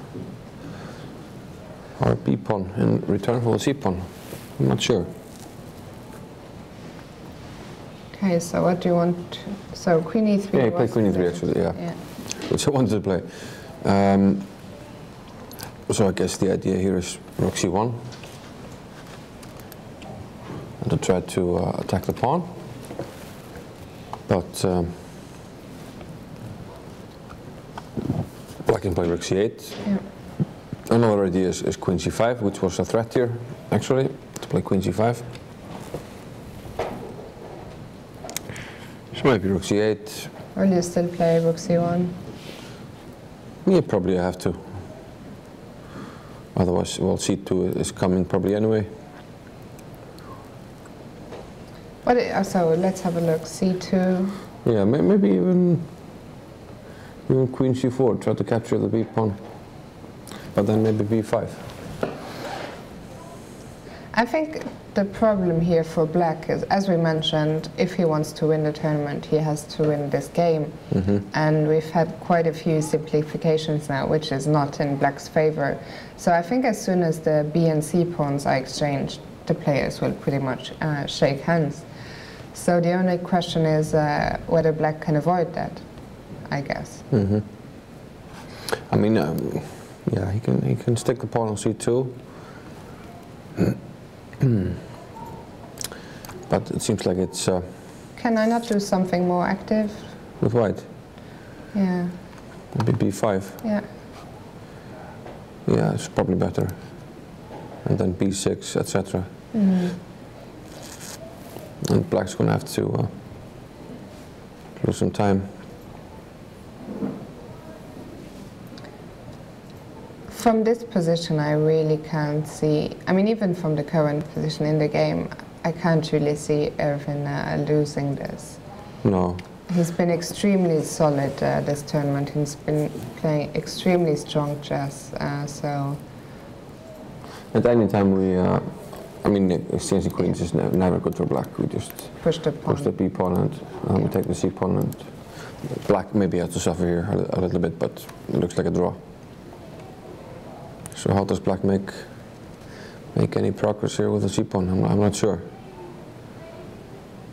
So perhaps Lamy is just in good shape here. Yeah. You know, clear sign that I've been too tired today. I only just realized that white was actually pawn up. Yeah, probably it's time for an update on Johannesson. I know we have a lot of enthusiastic Icelandic people watching who... we mentioned before that he needs to win to secure his Grandmaster norm. Yeah, there's a small chance that he can make a draw and try to win tomorrow, but it's with very... the white pieces. He got Black twice in a row but it's very unlikely that he will get an opponent strong enough for that to be enough. So most likely he has to win today. Yeah. We left it here, B3, we played Rook D8, Queen E2, Bishop A6, Sort of hard to get this this guy activated, but at least now Black can think about e4 because of the pen on the pawn here. So that's probably why. White went c4. Yeah. How strong do you think Jan Victor is psychologically? Because I think psychology plays a huge role in these kind of situations. We've seen he just scored half a point out of the last 3 rounds, and he could have won the first one of them. Then missed another couple of opportunities, and I think it's very difficult to, you know, get your mindset sort of back to zero, forget about those last 3 games and start a new fight. How do you think he deals with this? I'm not sure. Before the game I was a bit worried, but some of my friends were talking to him, and they felt like he was doing okay. And last night he was a bit nervous, but maybe doing okay today. So hopefully. Has he scored any? Does he have any Grandmaster norms? He has one Grandmaster norm already, back in 2008. And I remember because I had an IM norm in the tournament before. But bishop a3, bishop b5. Of course the piece is hanging, but if white takes, which I think he actually did, then once you move the knight and the bishop is dropping off, let's just see what happened. He's going to win the piece back. He took on b5, and the white inserted bishop takes e7, and knight takes e5.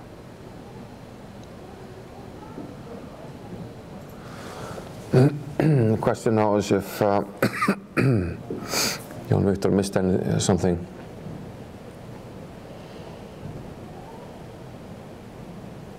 So I'm wondering if we should call Jan Victor the Iceman, Nikita Vidikov. Yeah, I believe it was Simon William who called him that in Gibraltar a few years ago. Vidikov?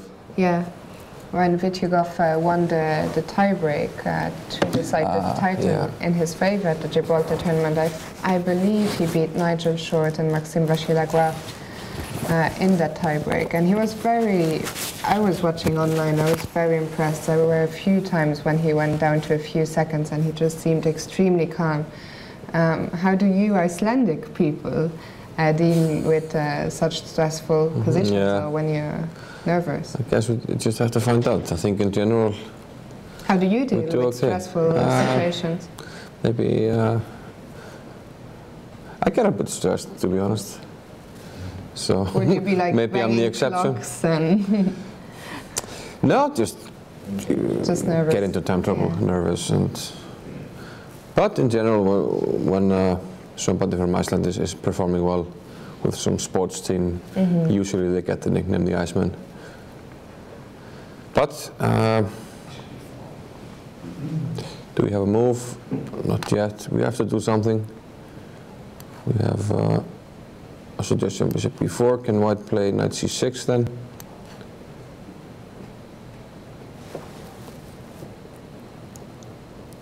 It's getting quite complicated right now.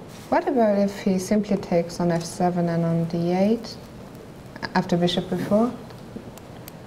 So I guess you will take on e1.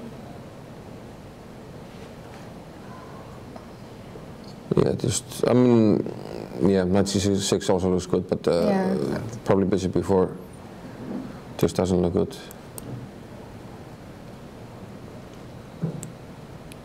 Because now there's a threat of queen e8, maybe in some cases. But you can maybe just take back.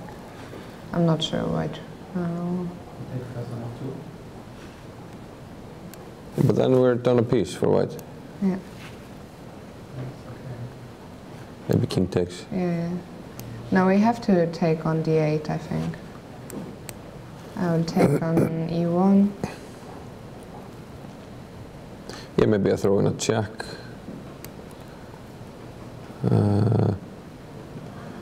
And it's tricky to find a square. Maybe this is okay for black, but it's not going to be winning. Probably have to go to f8 if I go to a square like this. I can take here and... Okay, we have a move actually. He took on e5 and queen takes e5. So Jan Victor is temporarily down a pawn. I do not really like his his current king position, Yeah. which is very exposed. The question is, can I now play bishop b4? Want to somehow trap the knight, but it's probably not going to work. Yeah. I give a check. Okay, g7. And this is probably not good enough for a win. Yeah, white at least. If Fiona wants to play for a win, then. Yeah. This is another risk, I think. You know, if he sees a line that could lead to a draw, you know, it's difficult to settle for a draw when you know you're probably gonna miss out on the norm. But then what's worse, over pushing and losing, or settling for a draw, hoping to get a strong enough opponent? Maybe bishop f8 can defend. In the case of check, I go to h8. The problem is I just don't like black. I mean, he's a pawn down, his king is not doing well. I mean, I can probably simply play a move like knight c5. And I just think that white is doing extremely well here. Yeah, it looks like it. Yeah, this actually doesn't look very good for Johannesson, and I'm afraid that I don't see him winning here. Exactly. I mean, he could still cling on to a draw, but it's hard to see him winning this from here. So we're going to keep an eye on this, and we had a couple of moves. Maybe just have a look at a couple of moves we had. Played bishop d6 and queen e6 check. Okay, at least in this case, we can play king g7 and there are no more checks. And okay, white must move his knight now, but where to? Doesn't have too many squares. Yeah, maybe we're a bit quick to discount the black position.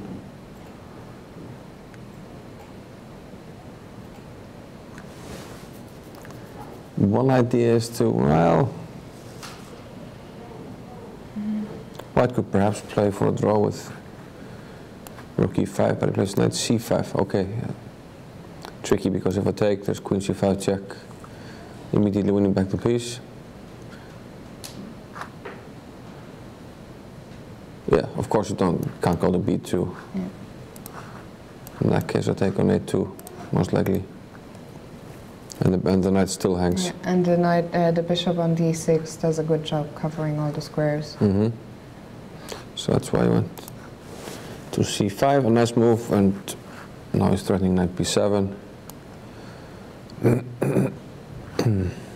Okay, should we keep an eye on this and go to your namesake on board 34? Mm-hmm. Johannesson against Johannesson.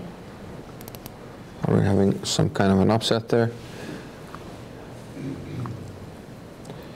Let's go back a few moves. We had the Sicilian Oliver with the white pieces. Setting up aggressively, a typical aggressive setup for white, h5. Knight comes to d4. Black is keeping his king in the center, and it looks like white is trying to take advantage of that with e5. Black took, bishop c5, attacking the knight on d4. Mm-hmm. White took on f6, check, king h1, and knight takes f6, and now Oliver took on g6. Okay. Wow. So the question is, what happens if I take on e6, and in case of queen e7, I'm probably able to take on f6. Or take the queen, which is probably slightly stronger. For some reason I thought the queen was protected, or the bishop on c5 or something. But okay. So where does the king go? f8, then rook takes f6. Yeah, and if he goes to d8, I can maybe simply play bishop g5. Yeah, the king is very exposed in either way. So here... It's just a sort of position where you just like... Yeah, rook takes f6 seems to work here. Yeah. Yeah. So we're wondering if rook g8, we can still take, but g2 is hanging, so maybe it's a bit, now king d8 might be a sneaky move here. And white doesn't really have time to react because of the threat down here. If the bishop moves somewhere, then this square is quite tricky. So maybe rook g8 is interesting here. I don't believe this somehow. For white or black? For black. I believe white must be mating somehow. Let's try something violent. Rook takes f6 then. Yep. And if bishop takes, now I'll take here. But now you can go back. Queen is... I can take on f6, I can take on f7. Yeah, you can take too much upper right. Okay. And after king d8. King d8, we can take with jack. Yeah. Which looks good. And after king f8. Then I can think about bishop h6. At least. Although we've done the exchange, so bishop h6, bishop g7 is not necessarily working. Well, maybe rook f1. It's very getting very complicated and tricky, but looks very dangerous at the very least. And one quick look at this one again. If king f8,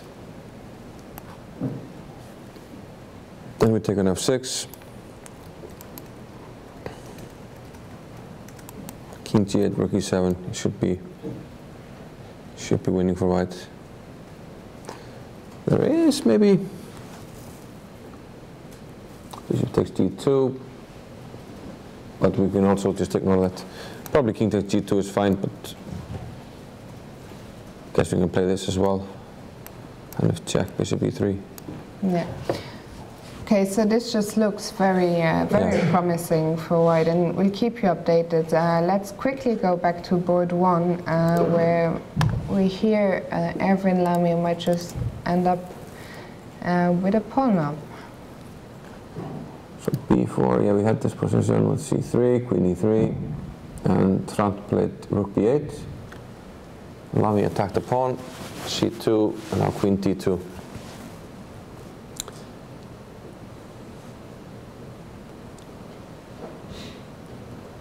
And we're attacking the pawn on c2. Black can't really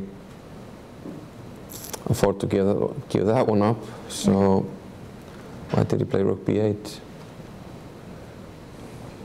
And we're told that Alina Lamy lost her game already and is now bringing drinks to her husband, Erwin, supporting him. Is this, if Erwin wins this tournament, is this going to be the biggest success of his career? Most likely. Yeah, probably. I will hand that question over to our dot producers. 3 cups. I've seen 7 cups, but I'll leave the name to myself. Yeah, I don't really understand why rook b8. I mean, we must protect the pawn now. Yeah. Unless. I mean, only Erwin can play for a win here. Yeah. Unless he just wants to play for a draw, just take the pawn on b4. I don't know. Queen c4 might be a move. No, not really. But you know, even if he draws, he hasn't won the tournament unless we see a draw on board 2, because we've had draws on board 3 and 4 already. But if on board 2 Eliana for Hansen were to win, and game 1 was to be a draw, they'd just be trailing by half a point, and they'd be playing Erwin tomorrow. So there would still be some suspense. The second board is perhaps of interest. I'm wondering how the colors would. Yeah. If Lamy draws and Alianov wins, they both had white. Usually the higher rated player will change colors, but I'm wondering if that's the case if Lamy has more points. Let's check out Alianov's game. Okay, and we have a list of tournaments that Erwin has won in his career already so far. So he won in 2004 in Gausdal, in 2005 in Nagorno-Karabakh, wherever that is, in Vlissingen in 2006, in Bethune in 2007, in Dieren in 2008 and 2010 and 2013. Bethune again in 2009 and Hooghoven in 2011 and 13. So those, he has quite a lot of tournaments, but I think none of them. I think they should be the strongest for sure. None of them is quite as prestigious as the Reykjavik Open. Gausdal ahead of Carlsen. Yeah, but he was quite young then. Yeah. So we moved on to board 2. Alianov with white. Do we know if they meet tomorrow? Do we know who will have white? Lamy. Lamy will have white. That's what I thought. Yeah. He'll be very happy. I wonder if he knows. Probably knows. Probably looked into this. It's quite important, but yeah. So if Alianov has to win to be able to catch up with him, so assuming that Lamy draws his game. But how are things shaping up for Alianov?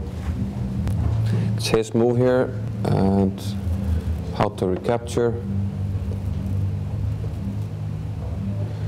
Either way, we will have equal pawns. And the first thing that comes to mind is that, well, most of the white pawns are on the light squares.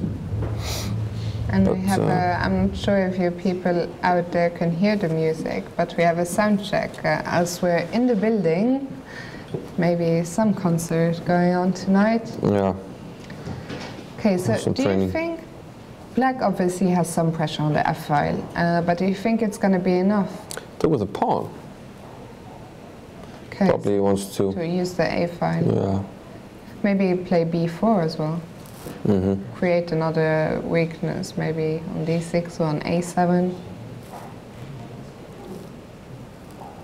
It's going to be tough, yeah, because he's down to 7 minutes, but he only has to play 9 moves. Black has got things a bit tied down on F3, and here he has an idea probably of rerouting his bishop to B6. To a nice square on B6, where there will be some threats. Perhaps open up the diagonal at some point.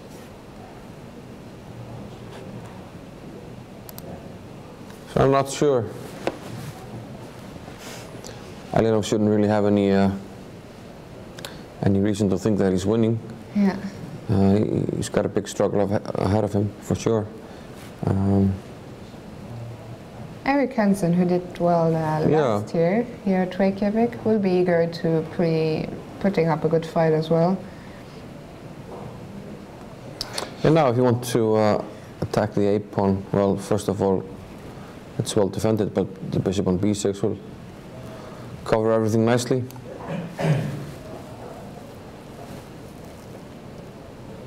Bishop F6 also playing against a potential H4.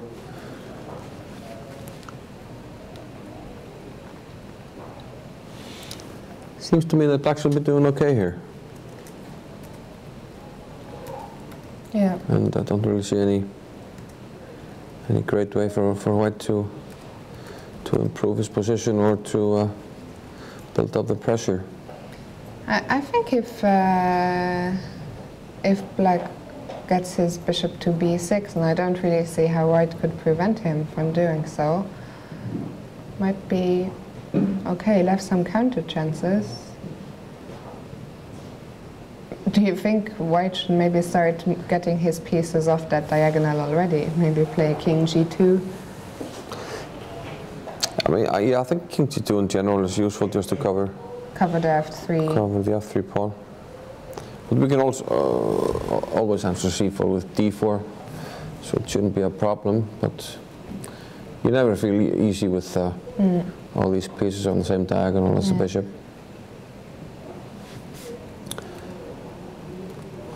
We're going to jump over to, we'll keep an eye on this, of course, and jump over to Libisevsky, board 7, against Gwenda Zuniga.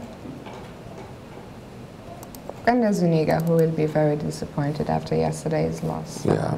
Played a long game, looked like he might hold on. Didn't, he was pressing all game until he blundered. Yeah, so never easy to deal with these kind of games psychologically. So a3, so we haven't had a lot of moves. We had this already before the break. Queen b6 was played. Yeah.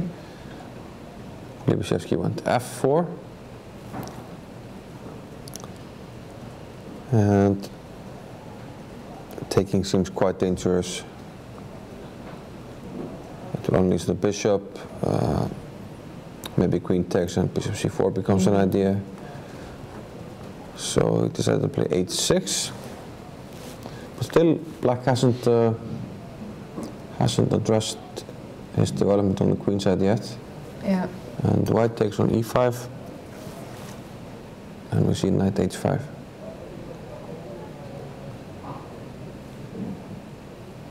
Okay, so what's going on here?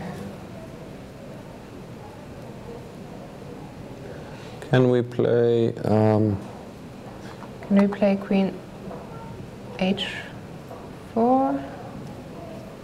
Queen h4 seems like a move. Definitely.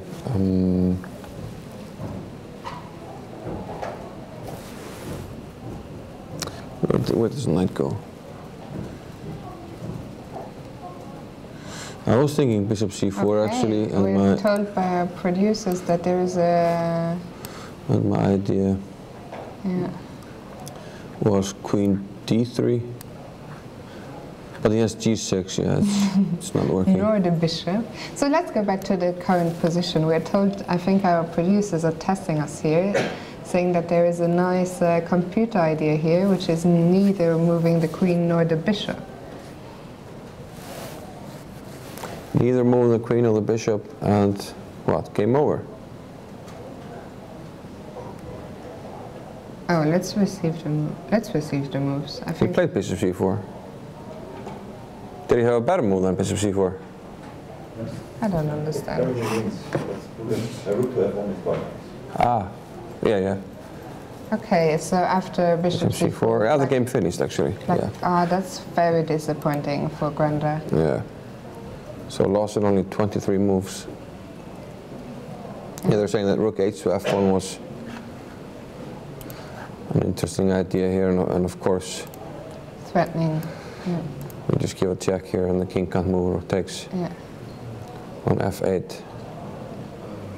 They should be winning either way in case of Bishop h7 is more forcing. Yeah, of course, it's much better. Yeah, the other one, there's rook f7, which might complicate matters, but bishop h7 just wins immediately. But after bishop c4, I mean, we have so many pieces pointing at the king. It's not surprising that there's already a decisive finish here. And probably everything wins here, more or less. But okay, so let's go back. A very nice game by Libisevsky. Good opening preparation. Let's go back to our top board. Erwin Lamy against Malkumian. okay, he didn't even try to hold on. What's the question to our producers? What's the right pronunciation? Is it Lamy or Lamy? Lamy, yeah. Lamy? Like French, I guess. Okay. Lamy, which in French means the friend. He hasn't been many people's friend in this tournament, winning a lot of games. So it took on c2, just decided to give up the pawn. Queen takes b4, queen d3, queen a4. Yeah, the better question we're told by our producers is how to spell his name. Where to put the capital letter. Yeah, so there's 3 options. You can either put a small l, a capital A, or both capital letters, or a capital L and a small a. I tend to use the small L and capital A, but then... Yeah, I was actually writing his name earlier, so I wasn't sure. I think I used the two capitals, LA, like in LA Lakers. Might be avoiding this one. Yeah, and on your screen, the producers are of course avoiding all those problems too. By using all capital letters. Yeah. Okay, so what happened here? Yeah, rook c4, queen d7, and h3. Avoiding any queen t4 ideas. There's a question for me on the chat. What will be the top 3 when the tournament finishes? Well, it's a bit easier to predict with just, with some results in round 9, just one round to go. I struggle to see Erwin not coming first in this tournament now. Yeah, seeing that most likely he's white again in the last round, it's gonna... But then for places 2 and 3, there's gonna be a huge fight tomorrow. Especially since we've had some draws on the players. Yeah, Mamedjarov might join the fight if he wins today. I'm not sure who has... Mamedjarov was my personal favorite before the tournament, not just because he was the top seed, he's been a friend of mine since I was 11 years old. And so I will be cheering for him. But I also, another good friend, I'm very biased in my opinions, another good friend is Alex Fear, and I think he's played some of the most entertaining chess of the tournament. So I'd like to see him doing well and maybe finish on the podium. So yeah, why not? Erwin Lamy, Alexander Fear, Mamedjarov, I'd quite like that, but I'm not sure how likely it is. Yeah, we'll see. As things stand now, with Lamy almost unable to lose here, should be in quite a good position, and potentially only needing a draw with white. Do you think? What do you think of his winning chances in this position? I mean, there are some, but still, with the double F pawns, your pawn structure is a bit disconnected. And I think the king will just... Someone on the chat asking if Lamy is having a beer there. Yeah, it looked like beer, but most likely it wasn't. Some kind of juice, probably. Yeah. We've mentioned before that although everyone's using beer glasses, it's just water in them. Oh, it's just third beer. 2 empty ones and almost finished the third one. No, yeah, it's some kind of beverage. We've had a question come in for the second time as well. Any chance we may enjoy Ingvar's powerful naked torso again today? Again? When was the first time? I'm not sure. Maybe Skookum saw something we didn't see. Oh, there we go.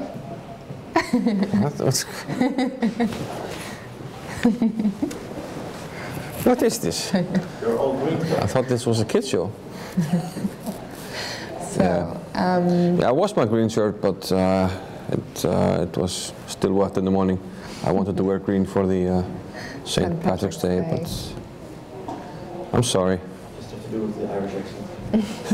Yeah, go on, lad. You just have to go on with the Irish accent.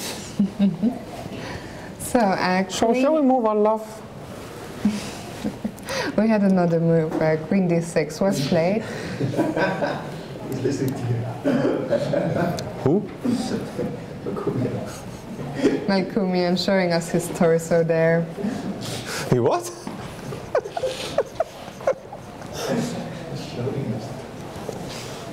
Okay, should we move on? I think he wasn't showing us his torso. I think he was just looking back at what was going on the second board behind him. So shall we go to that? Second board.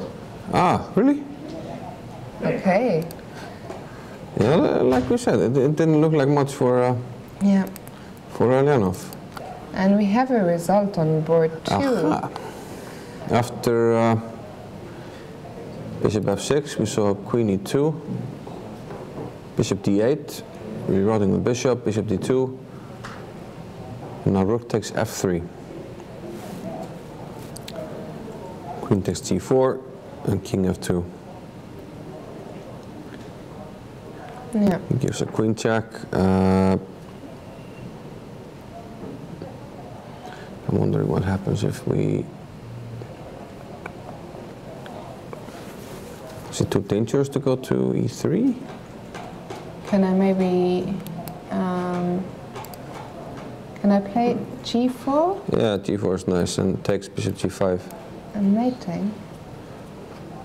Excellent, excellent. And take the pawn, yeah. Okay, so he can play g4 there, that's it's quite nice. So therefore the king must go to g2. He could go to f1 as well, but I think it doesn't change anything. Well, maybe it's even worse because we give a check here on h3. So it goes to g2, and then queen g4 again. The rook, of course, is pinned. We lose the queen. That's why bishop d2 allowed this tactic in the first place. So that leaves the door really extremely wide open for Erwin. Hansen forcing the draw here. Yeah. Erwin will be extremely delighted to see all his followers. Yes, everybody drawing on 6.5. So that means that draw right now will secure him minimum tied first. And he will have the better tie break. So I think but he will, I mean, there's no point for him to offer a draw. He's just playing a position where he's a pawn up and he has no risk of losing. So what do you think? What's going to be his strategy? Is he going to try for a little bit, or is he going to try? He will try on. I mean, we already know he likes to try in the end game. You know, it would be extremely incredible if he won. He would be tonight 1.5 points ahead of the field. That's ridiculous. I'm not sure if it's our producers are absolutely delighted here in the room, cheering on their fellow countrymen. Do you think if he won today, he'd have an early celebration and go for a St. Patrick's night out? No, I don't think it's the type. No, he will finish the tournament. Have our producers a question for Ingvar from our producers? Where can we get decent champagne here in Reykjavik? You want to already go for the champagne? You have to go to the government-run alcohol store. I think it's still open. I think it's still open downtown if you hurry. Okay, so let's move on to some other game. Where should we go to? Can I just pick a game at random? Let's go to Dan Bisbee, who, if he wins today, might still be in the run for a Grandmaster norm. He already has an IM norm. He has secured an IM norm already. He's playing on board 31 against Nico Georgiadis from Switzerland.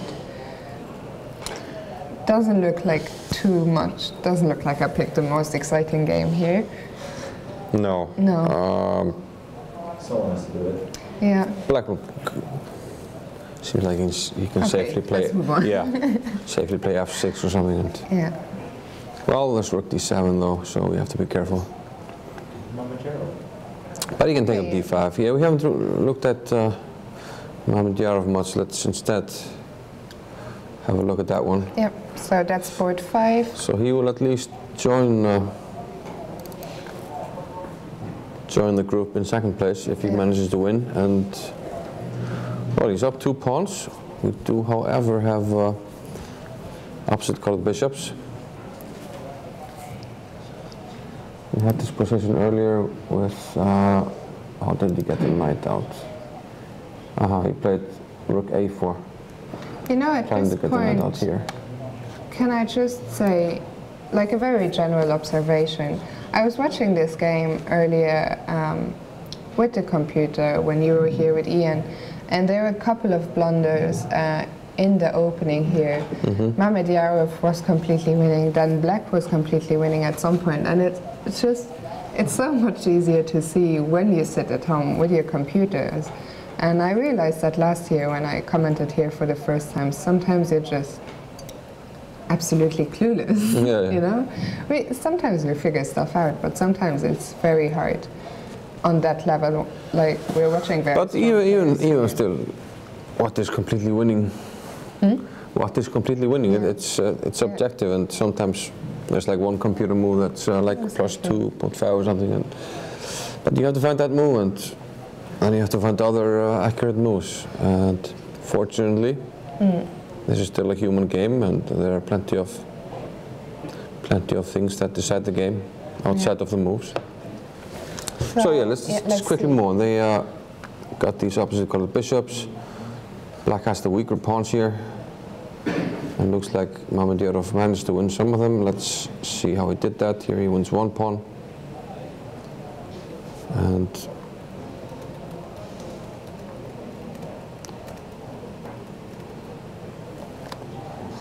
the pawn on f7 perhaps could become too weak, but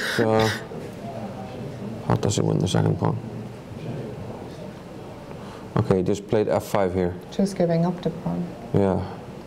To weaken the white structure. Yeah, because we can't take with the king because the bishop is hanging. Yeah. So therefore, you have to take with the pawn. And maybe black is hoping that he can easily blockade the f-pawns, and in that case, further progress should be difficult. But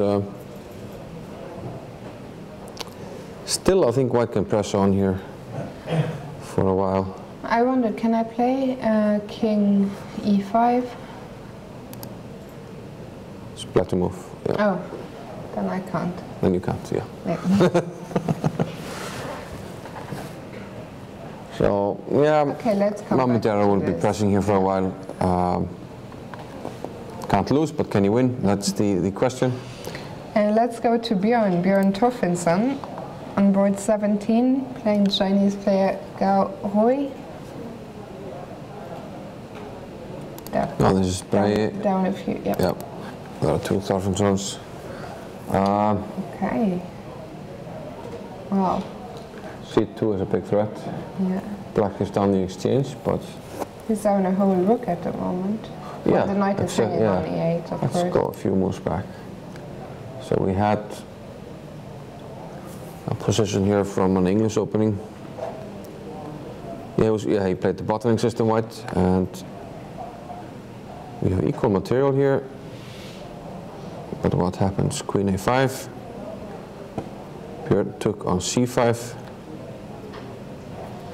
And shouldn't have any big problems here, even though black has the bishop pair. It's not so easy to make big progress here. Bishop e6, rook c7. Somehow black managed to create a mess here, so let's see what happened. d5. d5, et, ct, knight c3, which allows d takes c4. And here's Björn's idea, knight d4, attacking this and threatening this. Yeah. But rook cc, I'm going in the wrong direction. Rook cc8, knight f6. Just giving up. After knight takes e8, instead of recapturing the rook, when perhaps black has to suffer after d takes e4, plays c3. So the question is, what do you do against c2, c1? Unfortunately, we don't have time to say the knight d6, so it just allows c2. But don't you think we're going Knight to have c7 might be a way to get an ending here, something like this, takes, and then sacrifice the rook back, when white should be doing okay. Let's just have a look at it. So let's say a move like rook f1.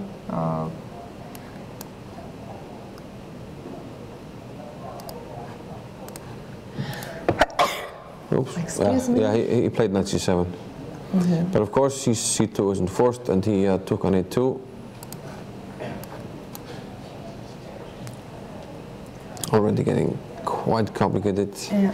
Usually I like Björn in complications, but The Chinese players. the Chinese players are Yeah. very strong as well. So this rook must be moved, but then black will play c2. I don't really like white here. The black pawns, both of them, the a pawn and the c pawn, look very dangerous. And, Let's try some moves. Yeah. C2 presumably. And If you take on, did you want to take on a4? I want to take on a4, yes. And in case of c1, we just have exchanges. In case of this, I take with the rook. And again, once you queen, I just take it back, and white is okay. Yeah. Okay, so maybe not so clear.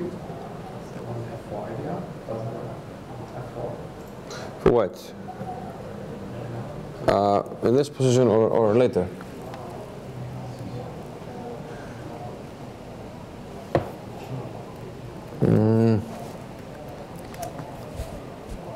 Yeah, for now probably doesn't work.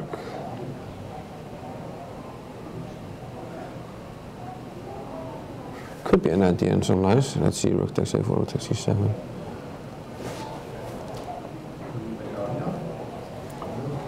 The problem is that you're never threatening to take on a2, because then I always have c1 check. Yeah. So what if after f4, what if I just take?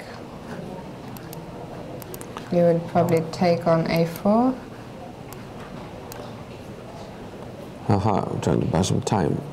I mean, I can always, my pawn will always queen. Can I take on Take a c7 or g3 also. even? Or will you then escape with your knight? Okay, yeah. Now I want to take on, c7.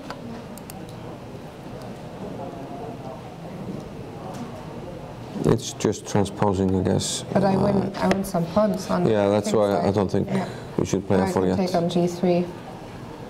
Yeah, to c1 and then take on g3. Yeah. And it might still be a draw. Instead of? But then I have c1 check.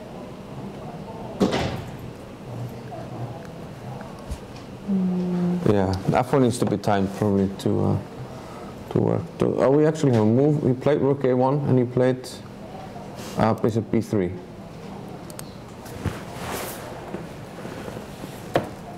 Interesting. Just playing on down the whole rook.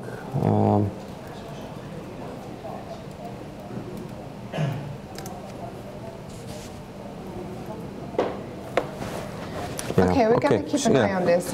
We go back to our top board. Yeah, he will keep the a-pawn and now play c2, c1. So maybe black has some chances actually. So go back to the first board. Yeah.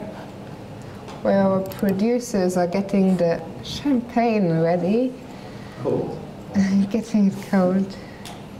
So what did we have? h3, yeah. Queen d6. e5. Queen d7. Rook d4.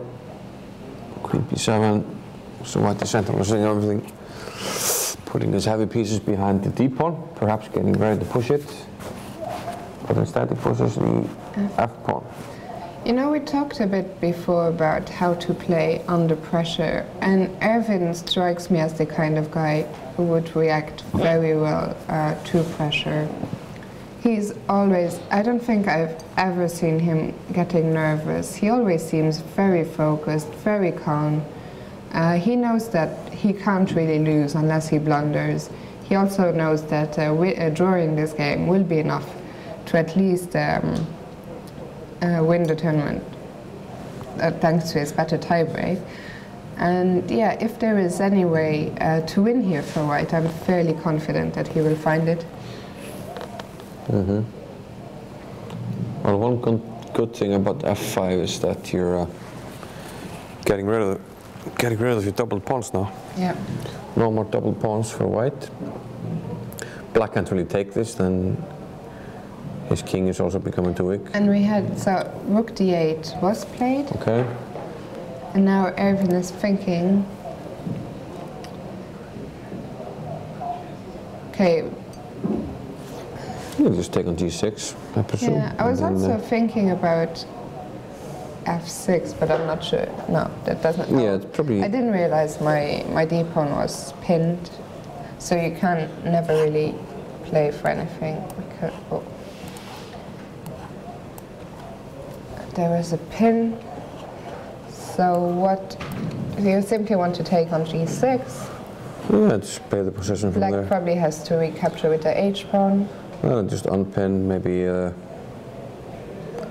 I'm wondering if I put my king on G3 or somewhere else. Yeah. Maybe Because H2. right now, Black is probably threatening to play E6. Yeah, that's why I want to Is a unpin. threat. So let's Probably H2 is king safer. H2.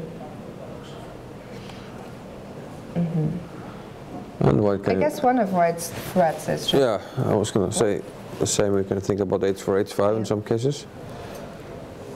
And we had a move, he played king h2 immediately without taking on g6, which also makes a lot of sense. So what happens if Black were to capture here?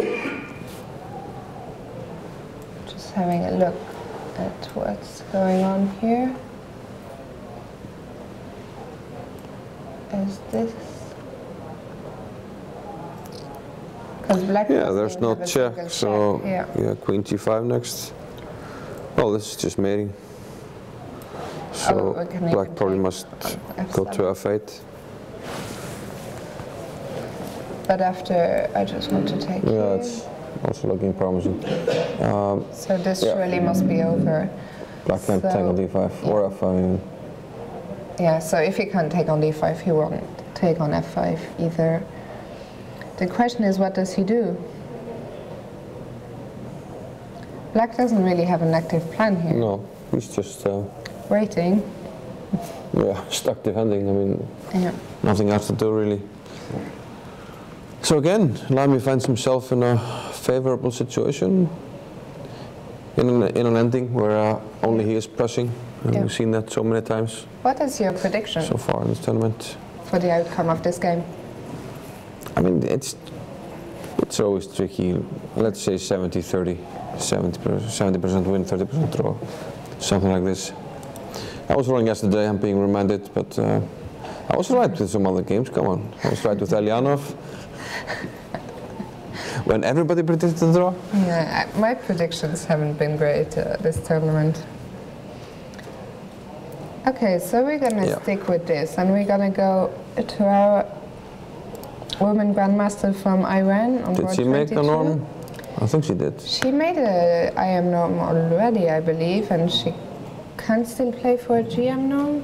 Or is that Abdul Malik, or both of them? I think it might be both. I'll look this up for you. I look it up. You Okay, take us yeah, through I the know. games. I get the easy job. So for you guys out there, if you want to look up who has scored norms already, who is in with a chance for a norm, you can just go to the official website, www.reykjavikopen.com, and you'll find all the information there. So it looks like we had some kind of dodge. We'll just go into the middle game somewhere. Okay, so she has just secured her IM norm, but if she wins today and wins again tomorrow, but she can't play yeah. for her GM norm today. Okay. So she has to win today and tomorrow probably, okay. So she takes D5. Bishop G4. Okay, if Black takes this, which, well, he actually took it, then there's Rook G3. And G7 is hanging, so Black has to give up the queen here. Queen takes G3. But in turn, there's a nice knight on C5.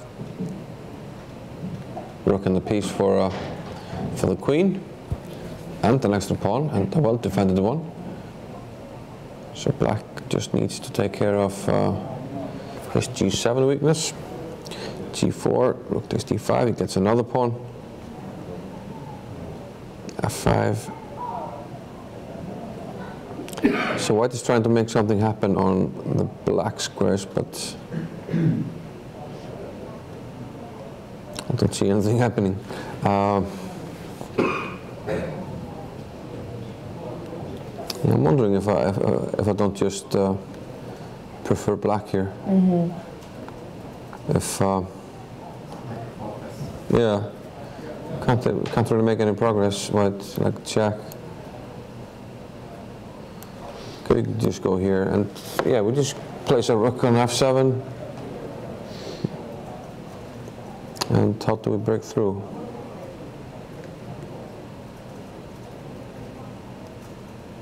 Let's say white tries something like this. Well, yeah, maybe he has to try it immediately. And we are told that even if Sarah were to win her last 2 games, GM norm is not possible anymore because her rating performance is currently below 2500, despite the fact that she played more Grandmasters than Erwin Lamy. So, I mean, she's so young. I'm fairly confident she will be a Grandmaster at some point, and I'm very happy actually to see more and more women players achieving the Grandmaster, not the Women Grandmaster, the Open Grandmaster title, which is great. She's born in 1997, so only 16 or 17 years old. No, 17 or 18. 17, yeah, turning 18. Yeah. Yeah, Black looks like he's doing fine materially. Just to let you guys know that Gao won his game. That was the game where the pawn was on c2. I guess the difference was, yeah, with bishop e3, he kept the a pawn. Yeah. And then he could just queen the c pawn. So here we had queen h6. Yeah. No. That was just analysis. Oh, yeah. Sorry. Queen h3, king e8, protecting the rook. Let's go back. Queen h3, king e8, protecting the rook, so that we can move the knight once it's attacked. Knight e3.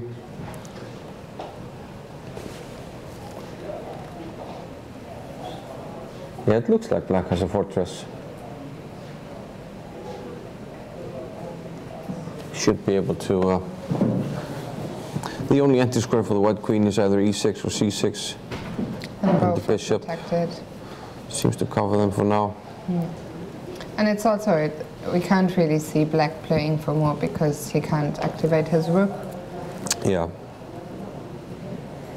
I sort of always prefer to play with the fortresses are nice. It's even though Black can't win it, I would even prefer to play Black here, just to find. You know, sometimes it's as satisfying to find the correct defense as it is to find the win. Yeah.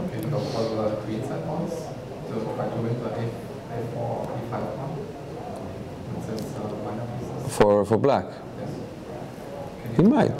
The problem is, so let's say a move like rook c, knight c5. Sorry. Will we take that?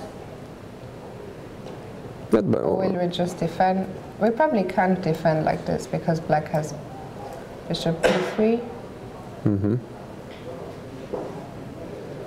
I mean, Black can think about it, definitely. Knight c5. But what if I simply take? I'm not sure it's anything to worry about for Black. How do you recapture? I'm trying to figure that out.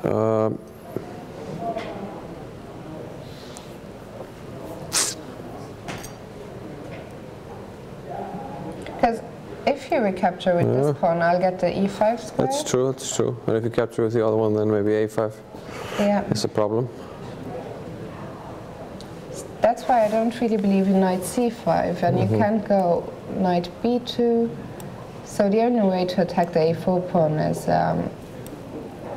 but this then you pawn have is e4. hanging. Yeah. So it's not so easy. You know what I was wondering? I was wondering if, as white, I could somehow try to sacrifice on a5 in the long term. Let's say play a plan like,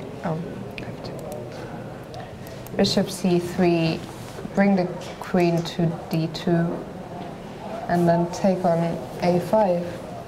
But maybe that's a bit it's probably. I can always just give back the other bishop, and I should have a fortress still. I think. Also, this pawn might then just become too strong.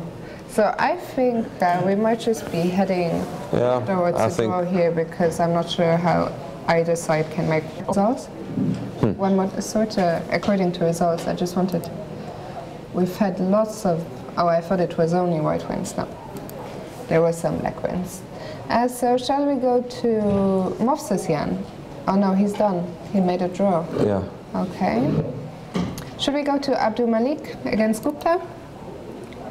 She is still in with a chance for GM norm. But how is she doing today? She's probably not gonna win this. No, looks like she should be. Should be fighting here. What if For the I draw. very simply push my... Oh, this pawn is hanging. Yeah. With check. Okay.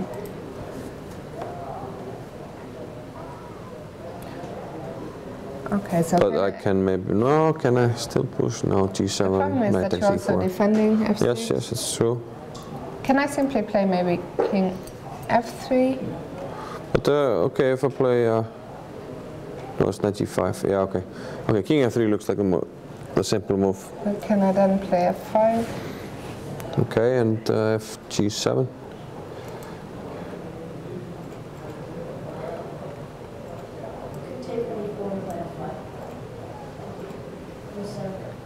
E4, sorry. Yeah, it comes with check. I thought we could take... King E2? No, No, instead of F5, knight takes E4 instead of F5. Okay. We have That's true, that's true. a tactical help. Yeah, yeah. As last time, we have Hans Niemann in the room with us from the US. How old are you again? 11. Should get young Hans to help us more often. So, okay, so if I take here, go check. F5, yeah, And then the that's knight good for black. Yeah. Okay, so maybe King F3, not an option. So what do we do about the E4 pawn then?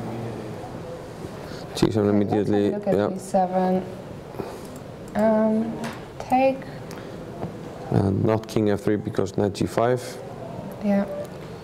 So, Let's just so if we go there, we pick up the rook and we defend yeah.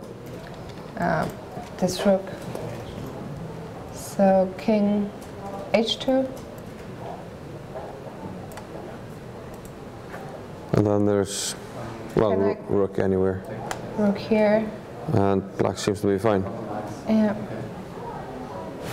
Okay. So it's not so easy. Can I? Yeah, go back one move. Yeah, yeah.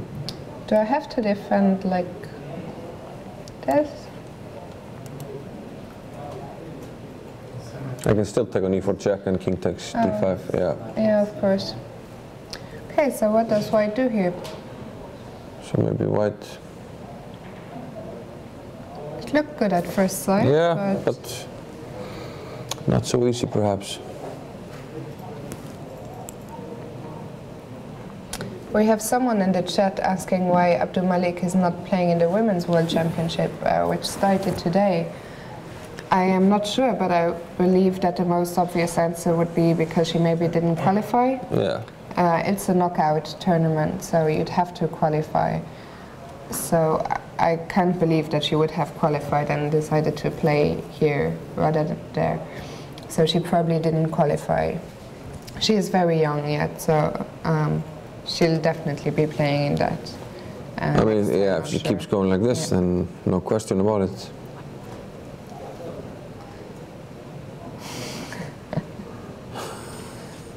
Is it in Sochi? Then why aren't you playing? I unfortunately also didn't qualify. To be fair, I didn't even try. I did not qualify as well. So just for you people out there, in order I don't qualify by default. for those out there who don't know, so the Women's World Championship, the knockout one, is held every other year. And in order to qualify for that, you'd have to qualify from your respective continents. So from Europe, you have 2 tries. In the European Championship, you'd have to finish in something like the top 15. It's top 23 for men. I'm not sure how it works for the women. And then, the Americas have their own qualifiers. Same goes for Australia. Are they in one group with Asia, or do they have their own? Ian must know about this, but he's too... There's a separate zone and a continental championship. Okay, so they have their own, and then Asia, Africa, so that's how you qualify. She has a tough one, Zanzaya.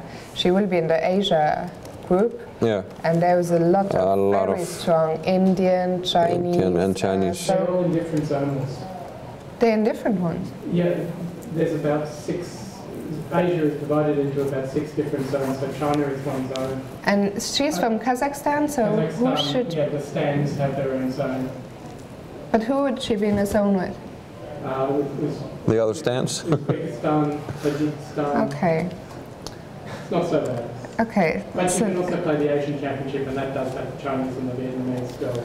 Okay, I think I shouldn't have tried to explain this in the first place, because it's rather complicated. But anyway, the simple answer to the question is that she probably didn't qualify. So how is she doing here? Should we maybe go to see what happened so far on the top boards and then go back to Erwin Lamy on top board?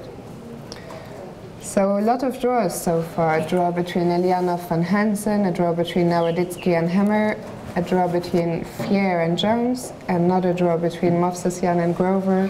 Yeah, Lebysevsky first one to win the game on the top 10 boards. Nice game against Granda-Zuniga. Then we have Lamy on the first board pressing against Melkumian.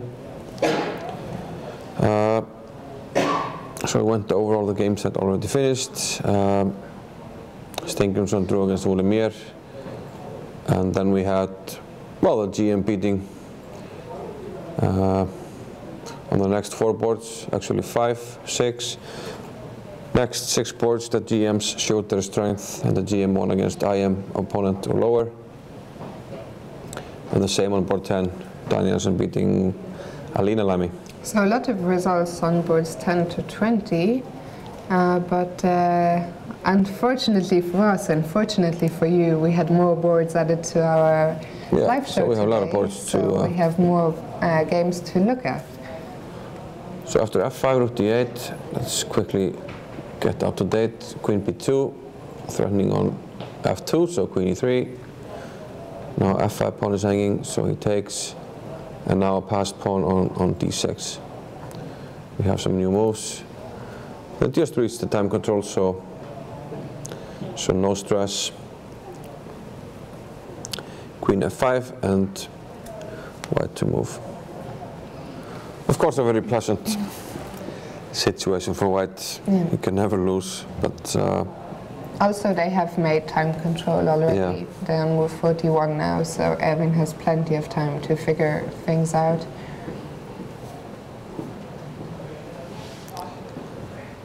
The feeling is that with the king, white king on h2, it should be hard to make progress here. Black should be able to make a perpetual if we try to get active. Still, you never know. I mean, white can play on for a good while in various ways. Can we try to somehow bring our queen? Wanted to bring my queen to g4, but then f2 will always be hanging. Yeah, the developments are rather slow at the moment, so we're thinking about taking a break right now and coming back with an update after the short break. So stay tuned and see you soon.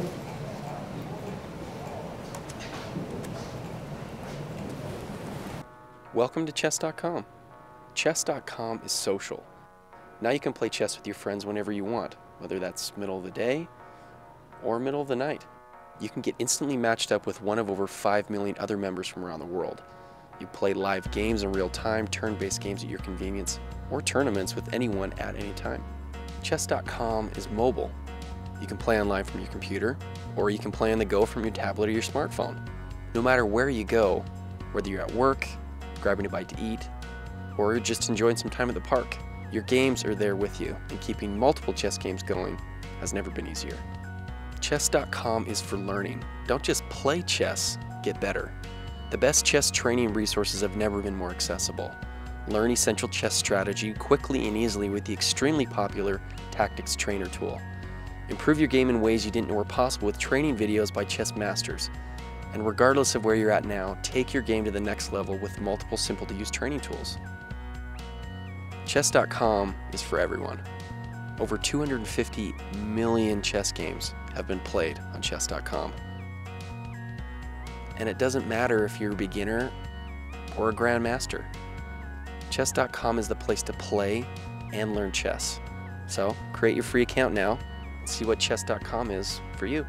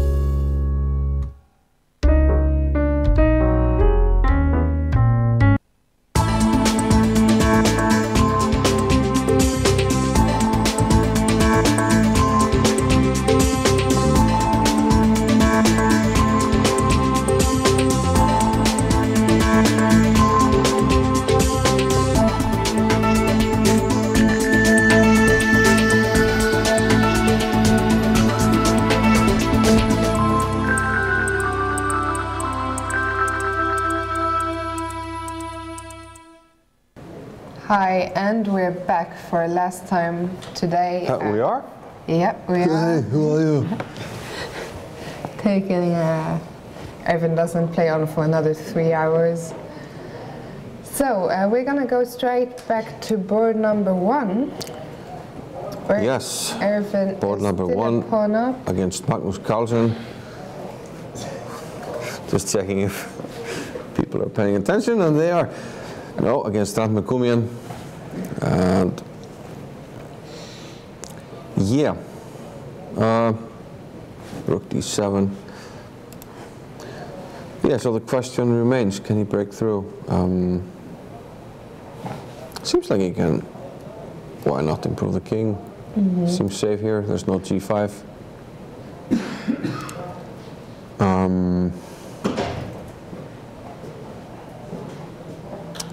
And from there, can we play queen e5? Not sure. I'm gonna take a risk and predict a draw again. Okay. I just think the king is gonna be too vulnerable. I can't pronounce this word. Too vulnerable once we try and make any progress. Yeah. That was my initial thought as well. Okay, should we? I know Your I bet is draw. bet. Do you want to bet? No, I don't want to. Maybe one beer, but One spin. one spin. Fond memories from last year. Where I won one spin for the closing ceremony. Can't remember. Should I? Okay, since you're going with draw, I have to go the other way. Okay, so one spin. We have our first bet. Let's of go, the tournament. Erwin. We'll explain to you guys what a spin is. Or should we quickly explain what a spin is before we go to Gupta? So a spin, I think it's a very Icelandic thing. I've never seen You've never seen it anywhere else? Anywhere else, no. So the bars here have something you'd call like a wheel of fortune, except it's a wheel of drinks. And you spin the wheel. It's about 15 euros to spin the wheel, so 2,000 kroners, the local currency. And you can win from nothing up to 8 beers. I won a T-shirt last time, which was A T-shirt, really? Huh? The T-shirt. No, I don't think I could wear it on the show because it says "suck my cocktails," and in case people misread it, it would look very funny. So. Okay, yeah. Yeah. So anyway, let's move on to Gupta. So you know what Yeah, the we bet think is. Lamy. Oh, I hope he wins. He played king g3, it seems. Following my advice, of course. So he'll win. So what? Gupta. Yeah. Playing against the young and talented and seemingly sweet Abdul Malik, except at the board where she's vicious. Yeah. Taking no prisoners so far in this tournament. But okay, we thought, Yeah. can we go back a little bit? Yeah, Because we weren't sure what... Gupta found a tricky way how to deal with this problem of the He pawn. played knight e7, a move that we didn't consider. And perhaps one of the only moves to make progress. Gave up the pawn, king g4. Now the threat is g7. Difficult to deal with, so she gives up the f pawn with check. King f6, now g7, and rook takes a7. So he managed to hold on to his pawn, which still looks dangerous. King e4. Yeah, black can. Well, can we take on b2? If knight h6, I think I have rook takes g7. So that's a logical question. Maybe there's. No, it's hanging. So yeah. Yeah. Thought I would play here and take, but it's just hanging in one move.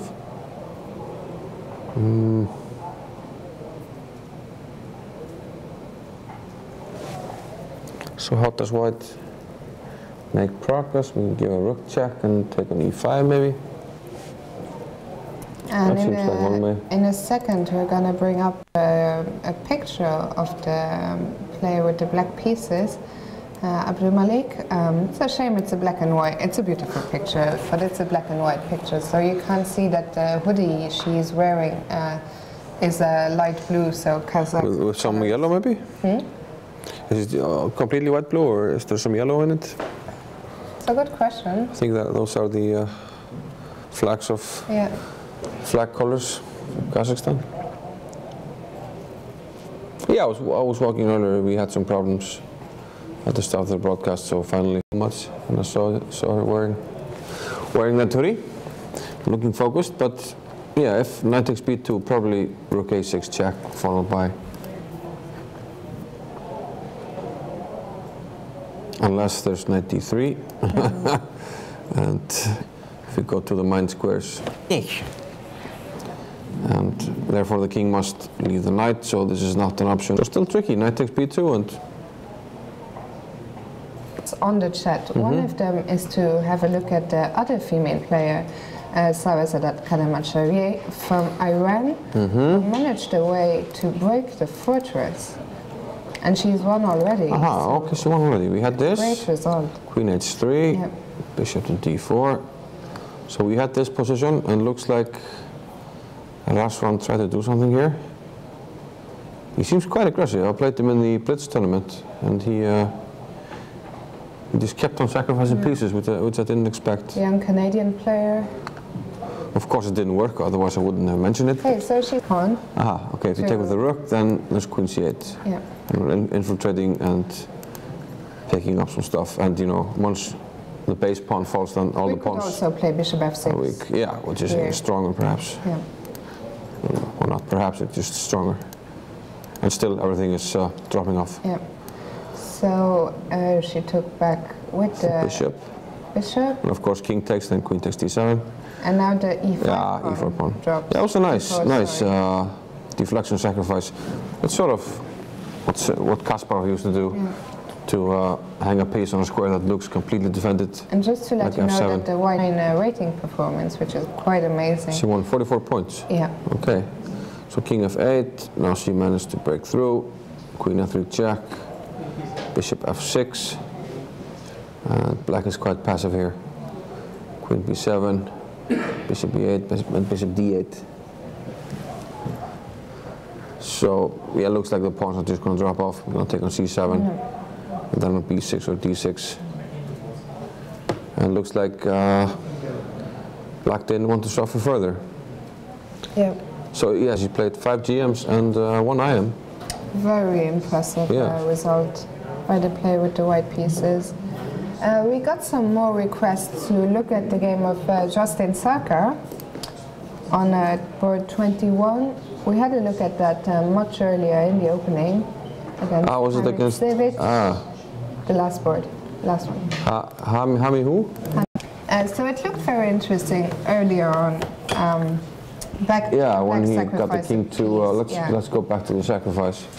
So we're looking at Sarkar against Hamichovici. Do you actually know how to pronounce his name? No. Mikey has been desperately trying to learn for the past couple of years, but he still doesn't know. So yeah, bishop takes f2. Yeah. And well, some insider information. Vlad, the player with the black pieces, told me that he thinks bishop f2 is just not a good move. Oh. Because here... F takes c4, knight takes c4. This is all forced. Queen h4 check. White has to protect the knight, and this looks good, but surprisingly the king is so the best computer move is bishop, queen g4. Here. Yeah, but he played queen f5. Yeah, even after queen g4, after some long line, the computer quite likes white. So, you know, it's still in a practical game. It's an interesting decision. So let's see what happened in the game. Queen f5. Which wasn't the best, and then things went downhill very quickly from here because black just doesn't have any. Now the king is threatening to run away, in which case white would be simply up a piece. Yeah. So he tried d5, opening up the position, but knight e to g5 threatens the queen. Queen check, but now the king is running, and all of a sudden it's black who's coming under attack here, maybe even with the knight. g6. King keeps running, so now black only has 1 pawn for the piece. And he is under attack. And he's the one under attack. Yeah. pretty much over, and he resigned after the very nice Knight finish. takes 8-7. Yep. When, well, one idea is of course just to win the queen with knight c5.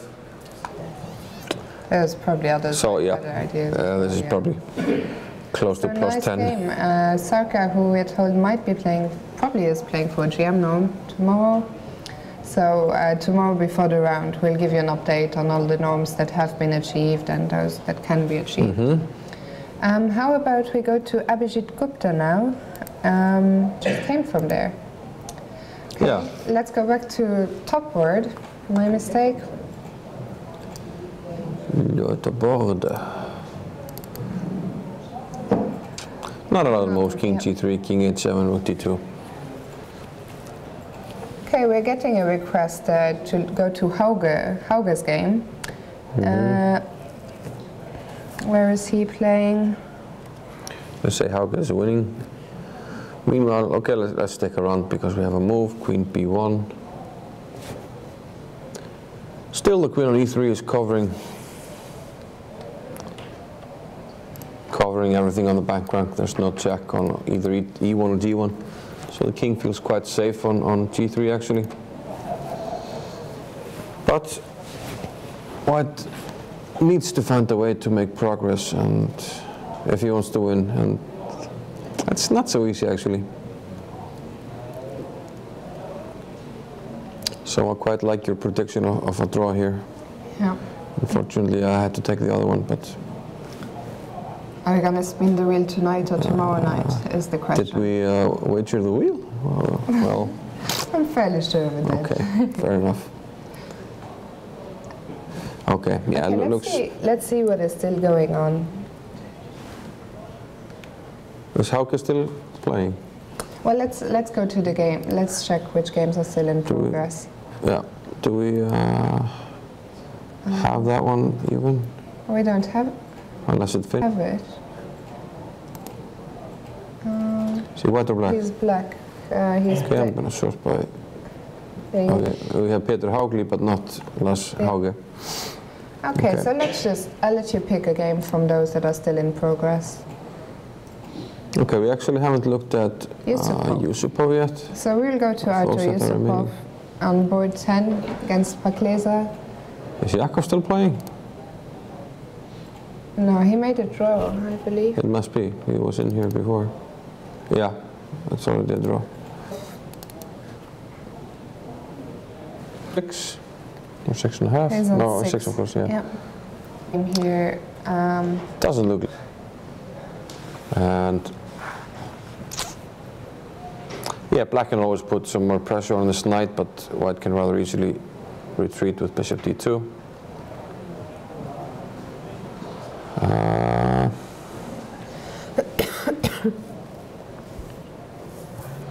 Yeah, so the question is if Pakleza can Find a press way, here. Yeah, yeah. much like in the Mamedyarov game yesterday, I don't think he can get active enough here to do anything. One game that we had earlier. I'm hoping that it went well.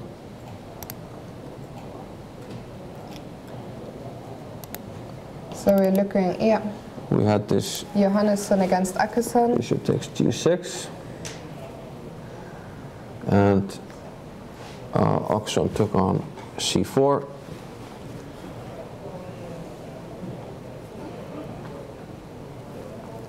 Yeah, so white hasn't even sacrificed anything, it's just on a pawn really. So he can take on c4 and then take on e6. After king d7 he takes on f7, and now it's white who's off a pawn. So yeah, we had to look at these variations earlier and we thought, Just had to be winning somehow. yeah, we had to look at rook g8, f takes d6, it all looked promising for white. So It's difficult when the king yeah, is white, out in white the is open even like this. with the more active pieces here. Bishop f5 check. And it's most likely going to be lost now. Defend the bishop. Defend the bishop, and Grandmaster Rolf Åkesson resigned here against local player Oliver Johannesson. Great upset. Yeah. Yeah. Well, maybe not great. I mean, I think Oliver should be a lot higher rated soon, hopefully. Yeah, but a nice win to get there. Okay, so shall we go back to our top board, see if we had any moves? Yeah. Not the most exciting possession still, but let's see. Queen b1, queen d4.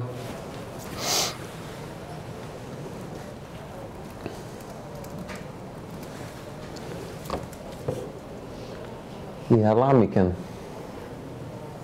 I mean, he doesn't really have to take any decision No. just yet, so he can sort of, Shuffle his pieces around. yeah, see how Melkumia likes it. Yeah. I'm not sure he has The time figured out the way yet. separation, still nothing dramatics happening. Lami has 15 minutes, Melkumia has 13. Okay, I'll try to find another game, see if anything is still going on the games we have available. Let's have a look at Foyjor against Rasmussen. I'm not sure we looked at this at all. Okay, so black is an exchange up. Yeah, Rasmussen is black. The white has a bishop and a pawn. You have the name up. I think both of the players didn't have the best tournaments. No, the Foyjor, that's the mother of mother, yeah, okay, yeah. I was surprised because she was playing on a much lower board, her daughter, so. And we have couldn't figure out. Steil-Antoni asking us what the greatest upset so far is. I guess that's probably Libicevsky's crushing victory. Not the biggest upset, but not from the top boards. Yeah. But in the tournament, I'm not sure. Biggest upset for us personally was those draws, boards 2, 3, and 4. In the first round? No, today. Ah, Oh, did she ask? I think she asked of today's round, not the whole tournament. yeah. What do It's hard to say. I mean, in terms of rating, it was the game we just looked at, Oliver against Ralf Åkesson. Yeah. But otherwise, not many big upsets, really. I mean, lose against Libicevsky, but. Yeah. It can happen, of course. But of course, Libicevsky is a grandmaster and he has the white I pieces. think it's more the way it happened because it Yeah. was. Okay, so do you think black will manage to win this one? I have a feeling yes. Can you? It's still tricky. I mean, for instance, if you go rook d3, you always have to worry about rook c7 at the end of that line. If you go rook d3 check. Oh, we're getting tired. And yeah, let's say king g4 or something. Yeah.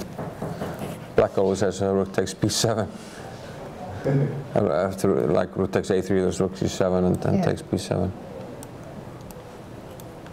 So maybe not so easy when we're running out of pawns. So yeah, white does have a pawn for the exchange. And still some technique required here. shaping up to be another long game. Everything under control. Protecting the 7th rank and now thinking about the rook d4. The rook here is keeping an eye on the 7th rank. Yeah, not a long game, as you said. Yeah. So let's move on. Let's go to, let's see, no, so I'm not sure which board he's on. Figure it out by himself. Yeah, he's all the way down, which is why I couldn't find him. He's playing against a Chinese player, Nishikun. What the hell happened?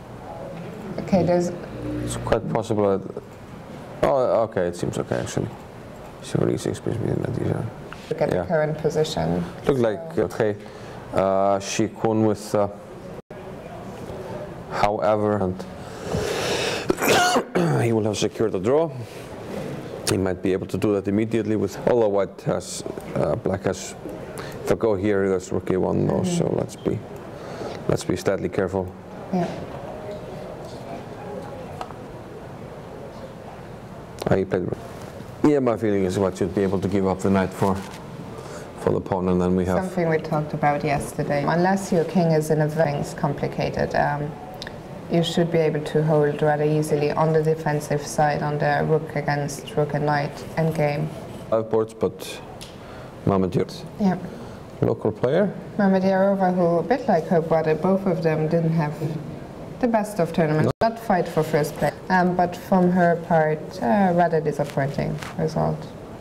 Disappointing last few rounds for Shakira, who started with 5 out of 5. So I think this. And there's not a lot of exciting games actually. Who? Dagur. Okay, so going to Dani Puya, board 20. Pressing against Dagur Argrímsson. You know, it's just good to have a position where we still have some pieces on the board. Looks like here 20 moves and we still have the same material correlation. Question from Zealandson. How much of a surprise is it that number is the leader? Is that a huge upset? It's a huge upset. Yeah. I mean, things to be settled in the last round, and if somebody is leading, it's usually going to be seeds. For number 1, it's going to be one of the top seeds, and number 2, it's usually not going to be by more than half a point. Because even though Erwin Lamy is obviously a very strong grandmaster, he is not quite in the same level of all these guys. So I mean, it's close, but still. Yeah. I mean, 50 to 100 rating points, that's a lot. Yeah. But yeah, the most surprising thing is... Do you know who he made a draw against? Unless I'm mistaken, I will double check. Set early in the tournament? Yeah, in round 4 he was helped against Nico Georgiadis from Switzerland, who's only 24, well, only 24-68, and then he won 4 games in a row after that. So.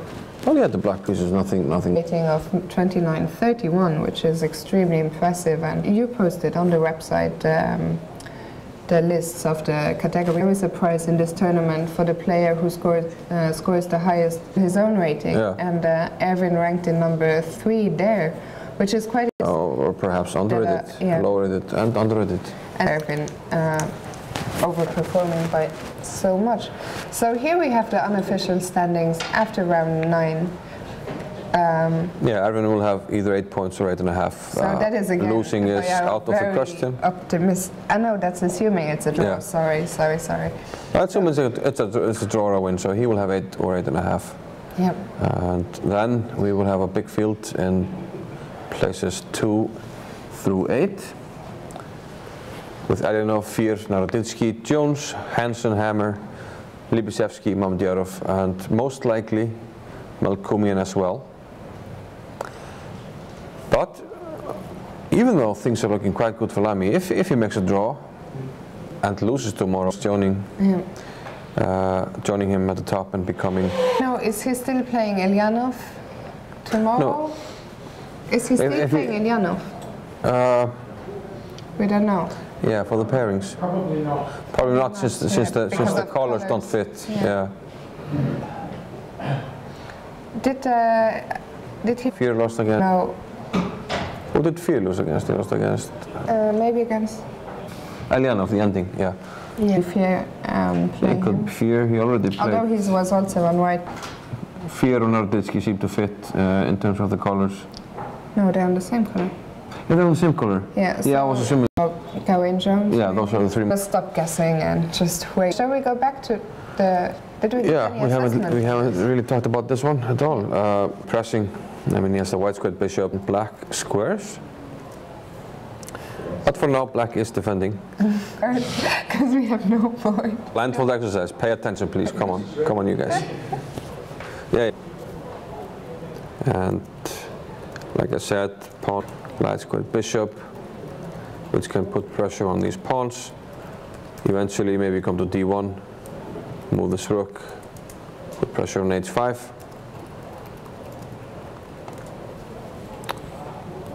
Meanwhile, black doesn't have a lot of active ideas. The only idea is to get this knight somewhere to g4, but that... So it looks like white should be pressing, but not immediately clear how white improves or breaks through. You know, I think Erwin should be buying both of us, as well as our producers, at least one drink tomorrow, because he's been keeping us here for games. Yeah. Some progress. He's making some progress. Okay, so let's go back. Okay, so they've exchanged enough. Yeah, luckily he's not adjourning his game, so we'd be here all night, that's true. King G. Fortunately, adjournments are a thing of the past, more or less. She is watching us right now. He was loving your message from yesterday. This is from Robert Hatt, after Eleanor should play, but those colors, yeah, those were fitting, so see how this came with allowing a perpetual. That's a big question. My mic. The problem with moving the rook is, so can I take back my my prediction? Well, prediction by default, but this is looking like a draw. Of you who just joined us now, Ingvar and I have our first bet of the tournament on this game. I predicted to predict a white win. Wait. It indicates plus two right but now. It's very hard to see why, I agree. Yeah, sometimes the computer will already won in the evaluation. The pawn is very advanced, that could be, you know, plus something else. And the pieces are more active, so maybe that move. Quite often in such situations you will see, if you look at like 3 of the top lines of the computer, they'll be very similar because the computer is not making progress position, but doesn't really make. A site at 11 a.m. local time, so 4 hours. Yeah, 4 hours. Than today. So Erwin. Oh, me? Yeah. A couple of people point out to me that when I. It does. When you had the glass of Iceland there. So, free plug for Iceland there instead of. Instead of your private jet. Instead of your private jet. He did. He definitely did fly somewhere between Iceland, before Iceland, not between. He might afford a private jet though. Private jet? I'm not confusing Magnus Rockhius. Aren't you confusing with Peter Doggers? It's my hat.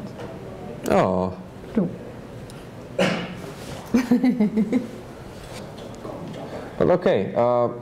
Do you want to try it now? Since It's we don't have too very complicated. much else. So we're gonna let Ingvar ready to talk.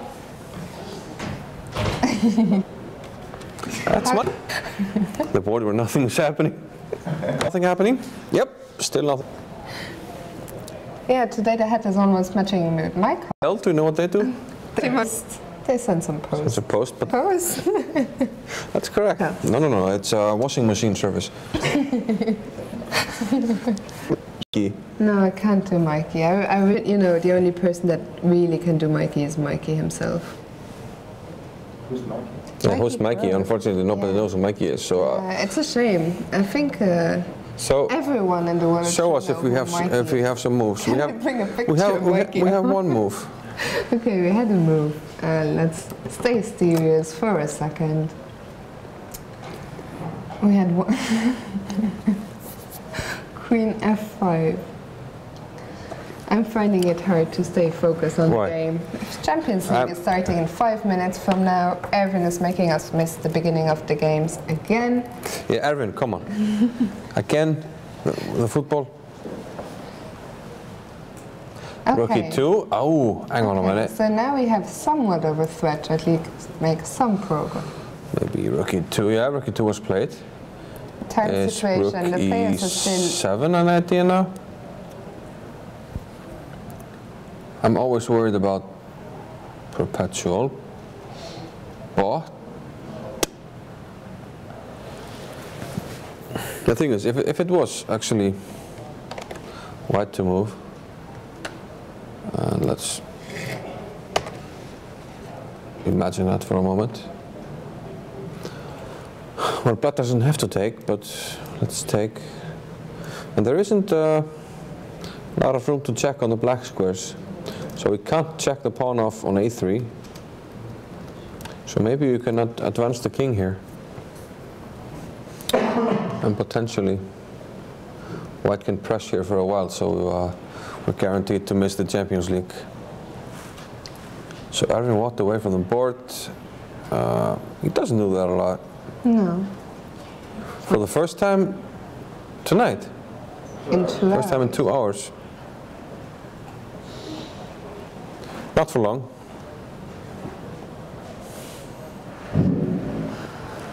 You raskat maskat my account? Okay, so that's one idea after Rookie 2. And okay, he's at least making Grant think about things here. We have Ezelis on the chat asking us, what does raskat maskat mean? That means nothing. It's an Icelandic phrase that people think means something, but actually it doesn't mean anything. And that's a trick. Yeah, Icelandic are very tricky people. Yes.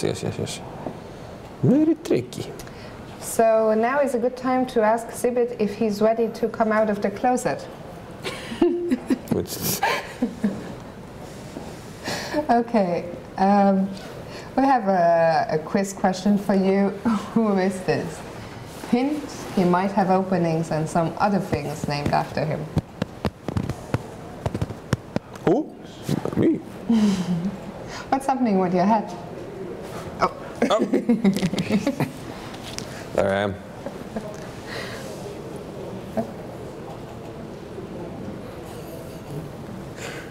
We have an explanation from a local Icelandic player, K Mock, who says raskat maskat means an unexpected move. Yeah, let's just say that. Yeah. Almost true. It's almost true, yeah.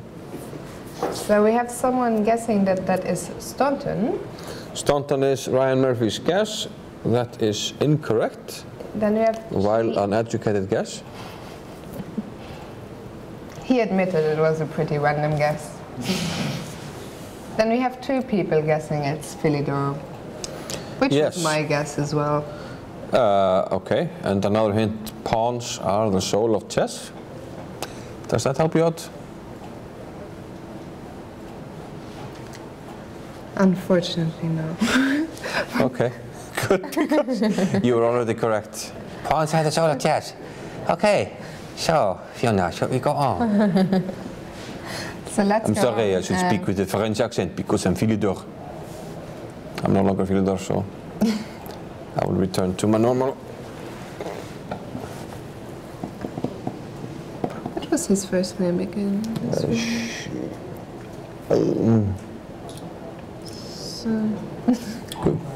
Andre Of course. something, Philidor. Yeah.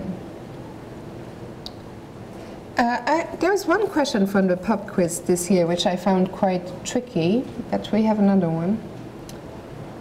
Okay, so which players who never became world champions managed to tie their world championship match? Can I try? Yes. No, let the You can try. I don't know the answer anyway, so you can try as much as you want. Yeah, I don't know the answer to this one. It's not from my quiz. I would quite like to ask the people out there a question we had at this year's pub quiz, if there's anyone still watching us, that is. This year on the pub quiz, you asked a very tricky question. So the night, okay. I was going to say Bronstein, but I didn't know about. I didn't know about Schlechter. Forgot about him. Yeah, so the answer to that was Schlechter and Bronstein. Can I ask my question? Is it going to be too tricky in blindfold? So, okay, if you add a E0 square to the chessboard, so if you add a square under the E1 square, does that change the evaluation of the 2 knights versus the bear king position, which is otherwise a draw?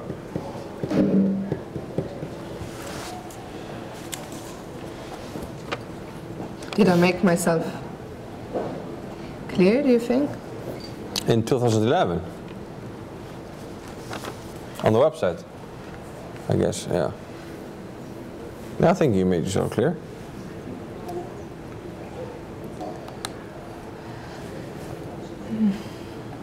Do we have a move? No. Nothing going on.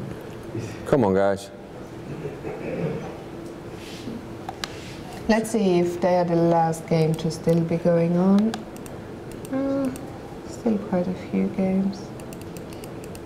Okay. 2009.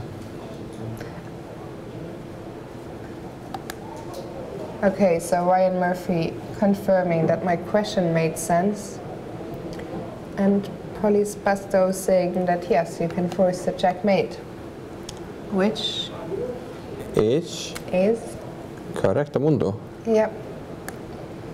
Can you maybe explain how? Yes, you can put a king on the h3 square, a black king, and a knight on g3. There's a white king on g1, and then a black knight on the e0 square. And that position you can actually force. You can see the question. Yeah, I don't have the answers up yet, but you can see the questions online if you go to reykjavikopen.com. You know, it doesn't make sense us switching positions if you move away from the party hat, which is the whole, No, I'm trying to. the whole point of you sitting there. Can't line myself up. Yeah, perfect. Okay.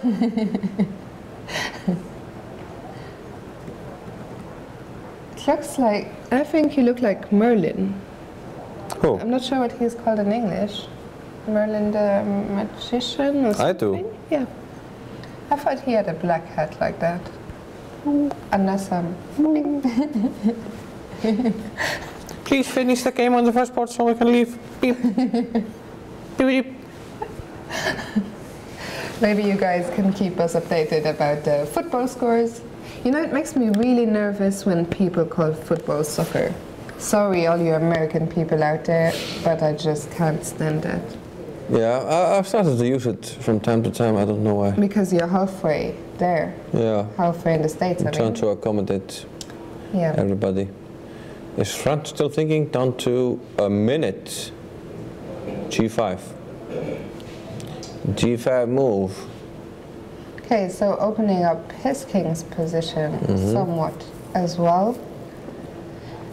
Can maybe White now try to play a move like Rook D2 and try to exchange queens? Something like that? You want to exchange queens.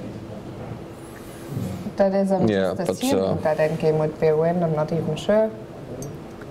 Thank you, Houdinho, updating us on the football. Yeah, the question is always with these h pawns if the king can reach the f8 square. It looks like he can in this case. Yeah. If you can reach this square, then it's a draw.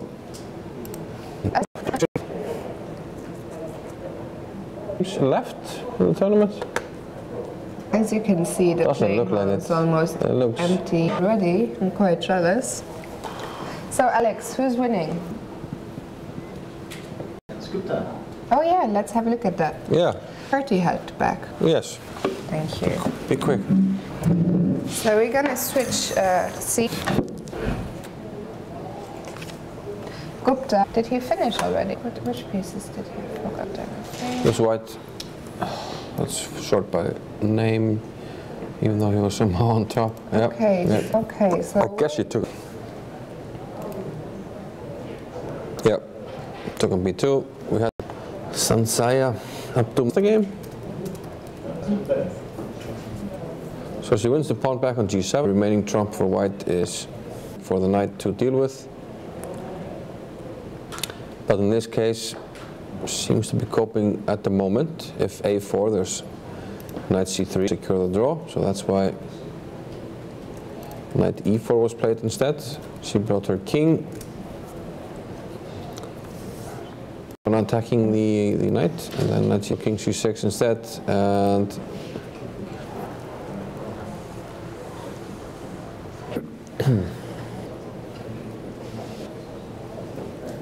at the moment, the knight must move now.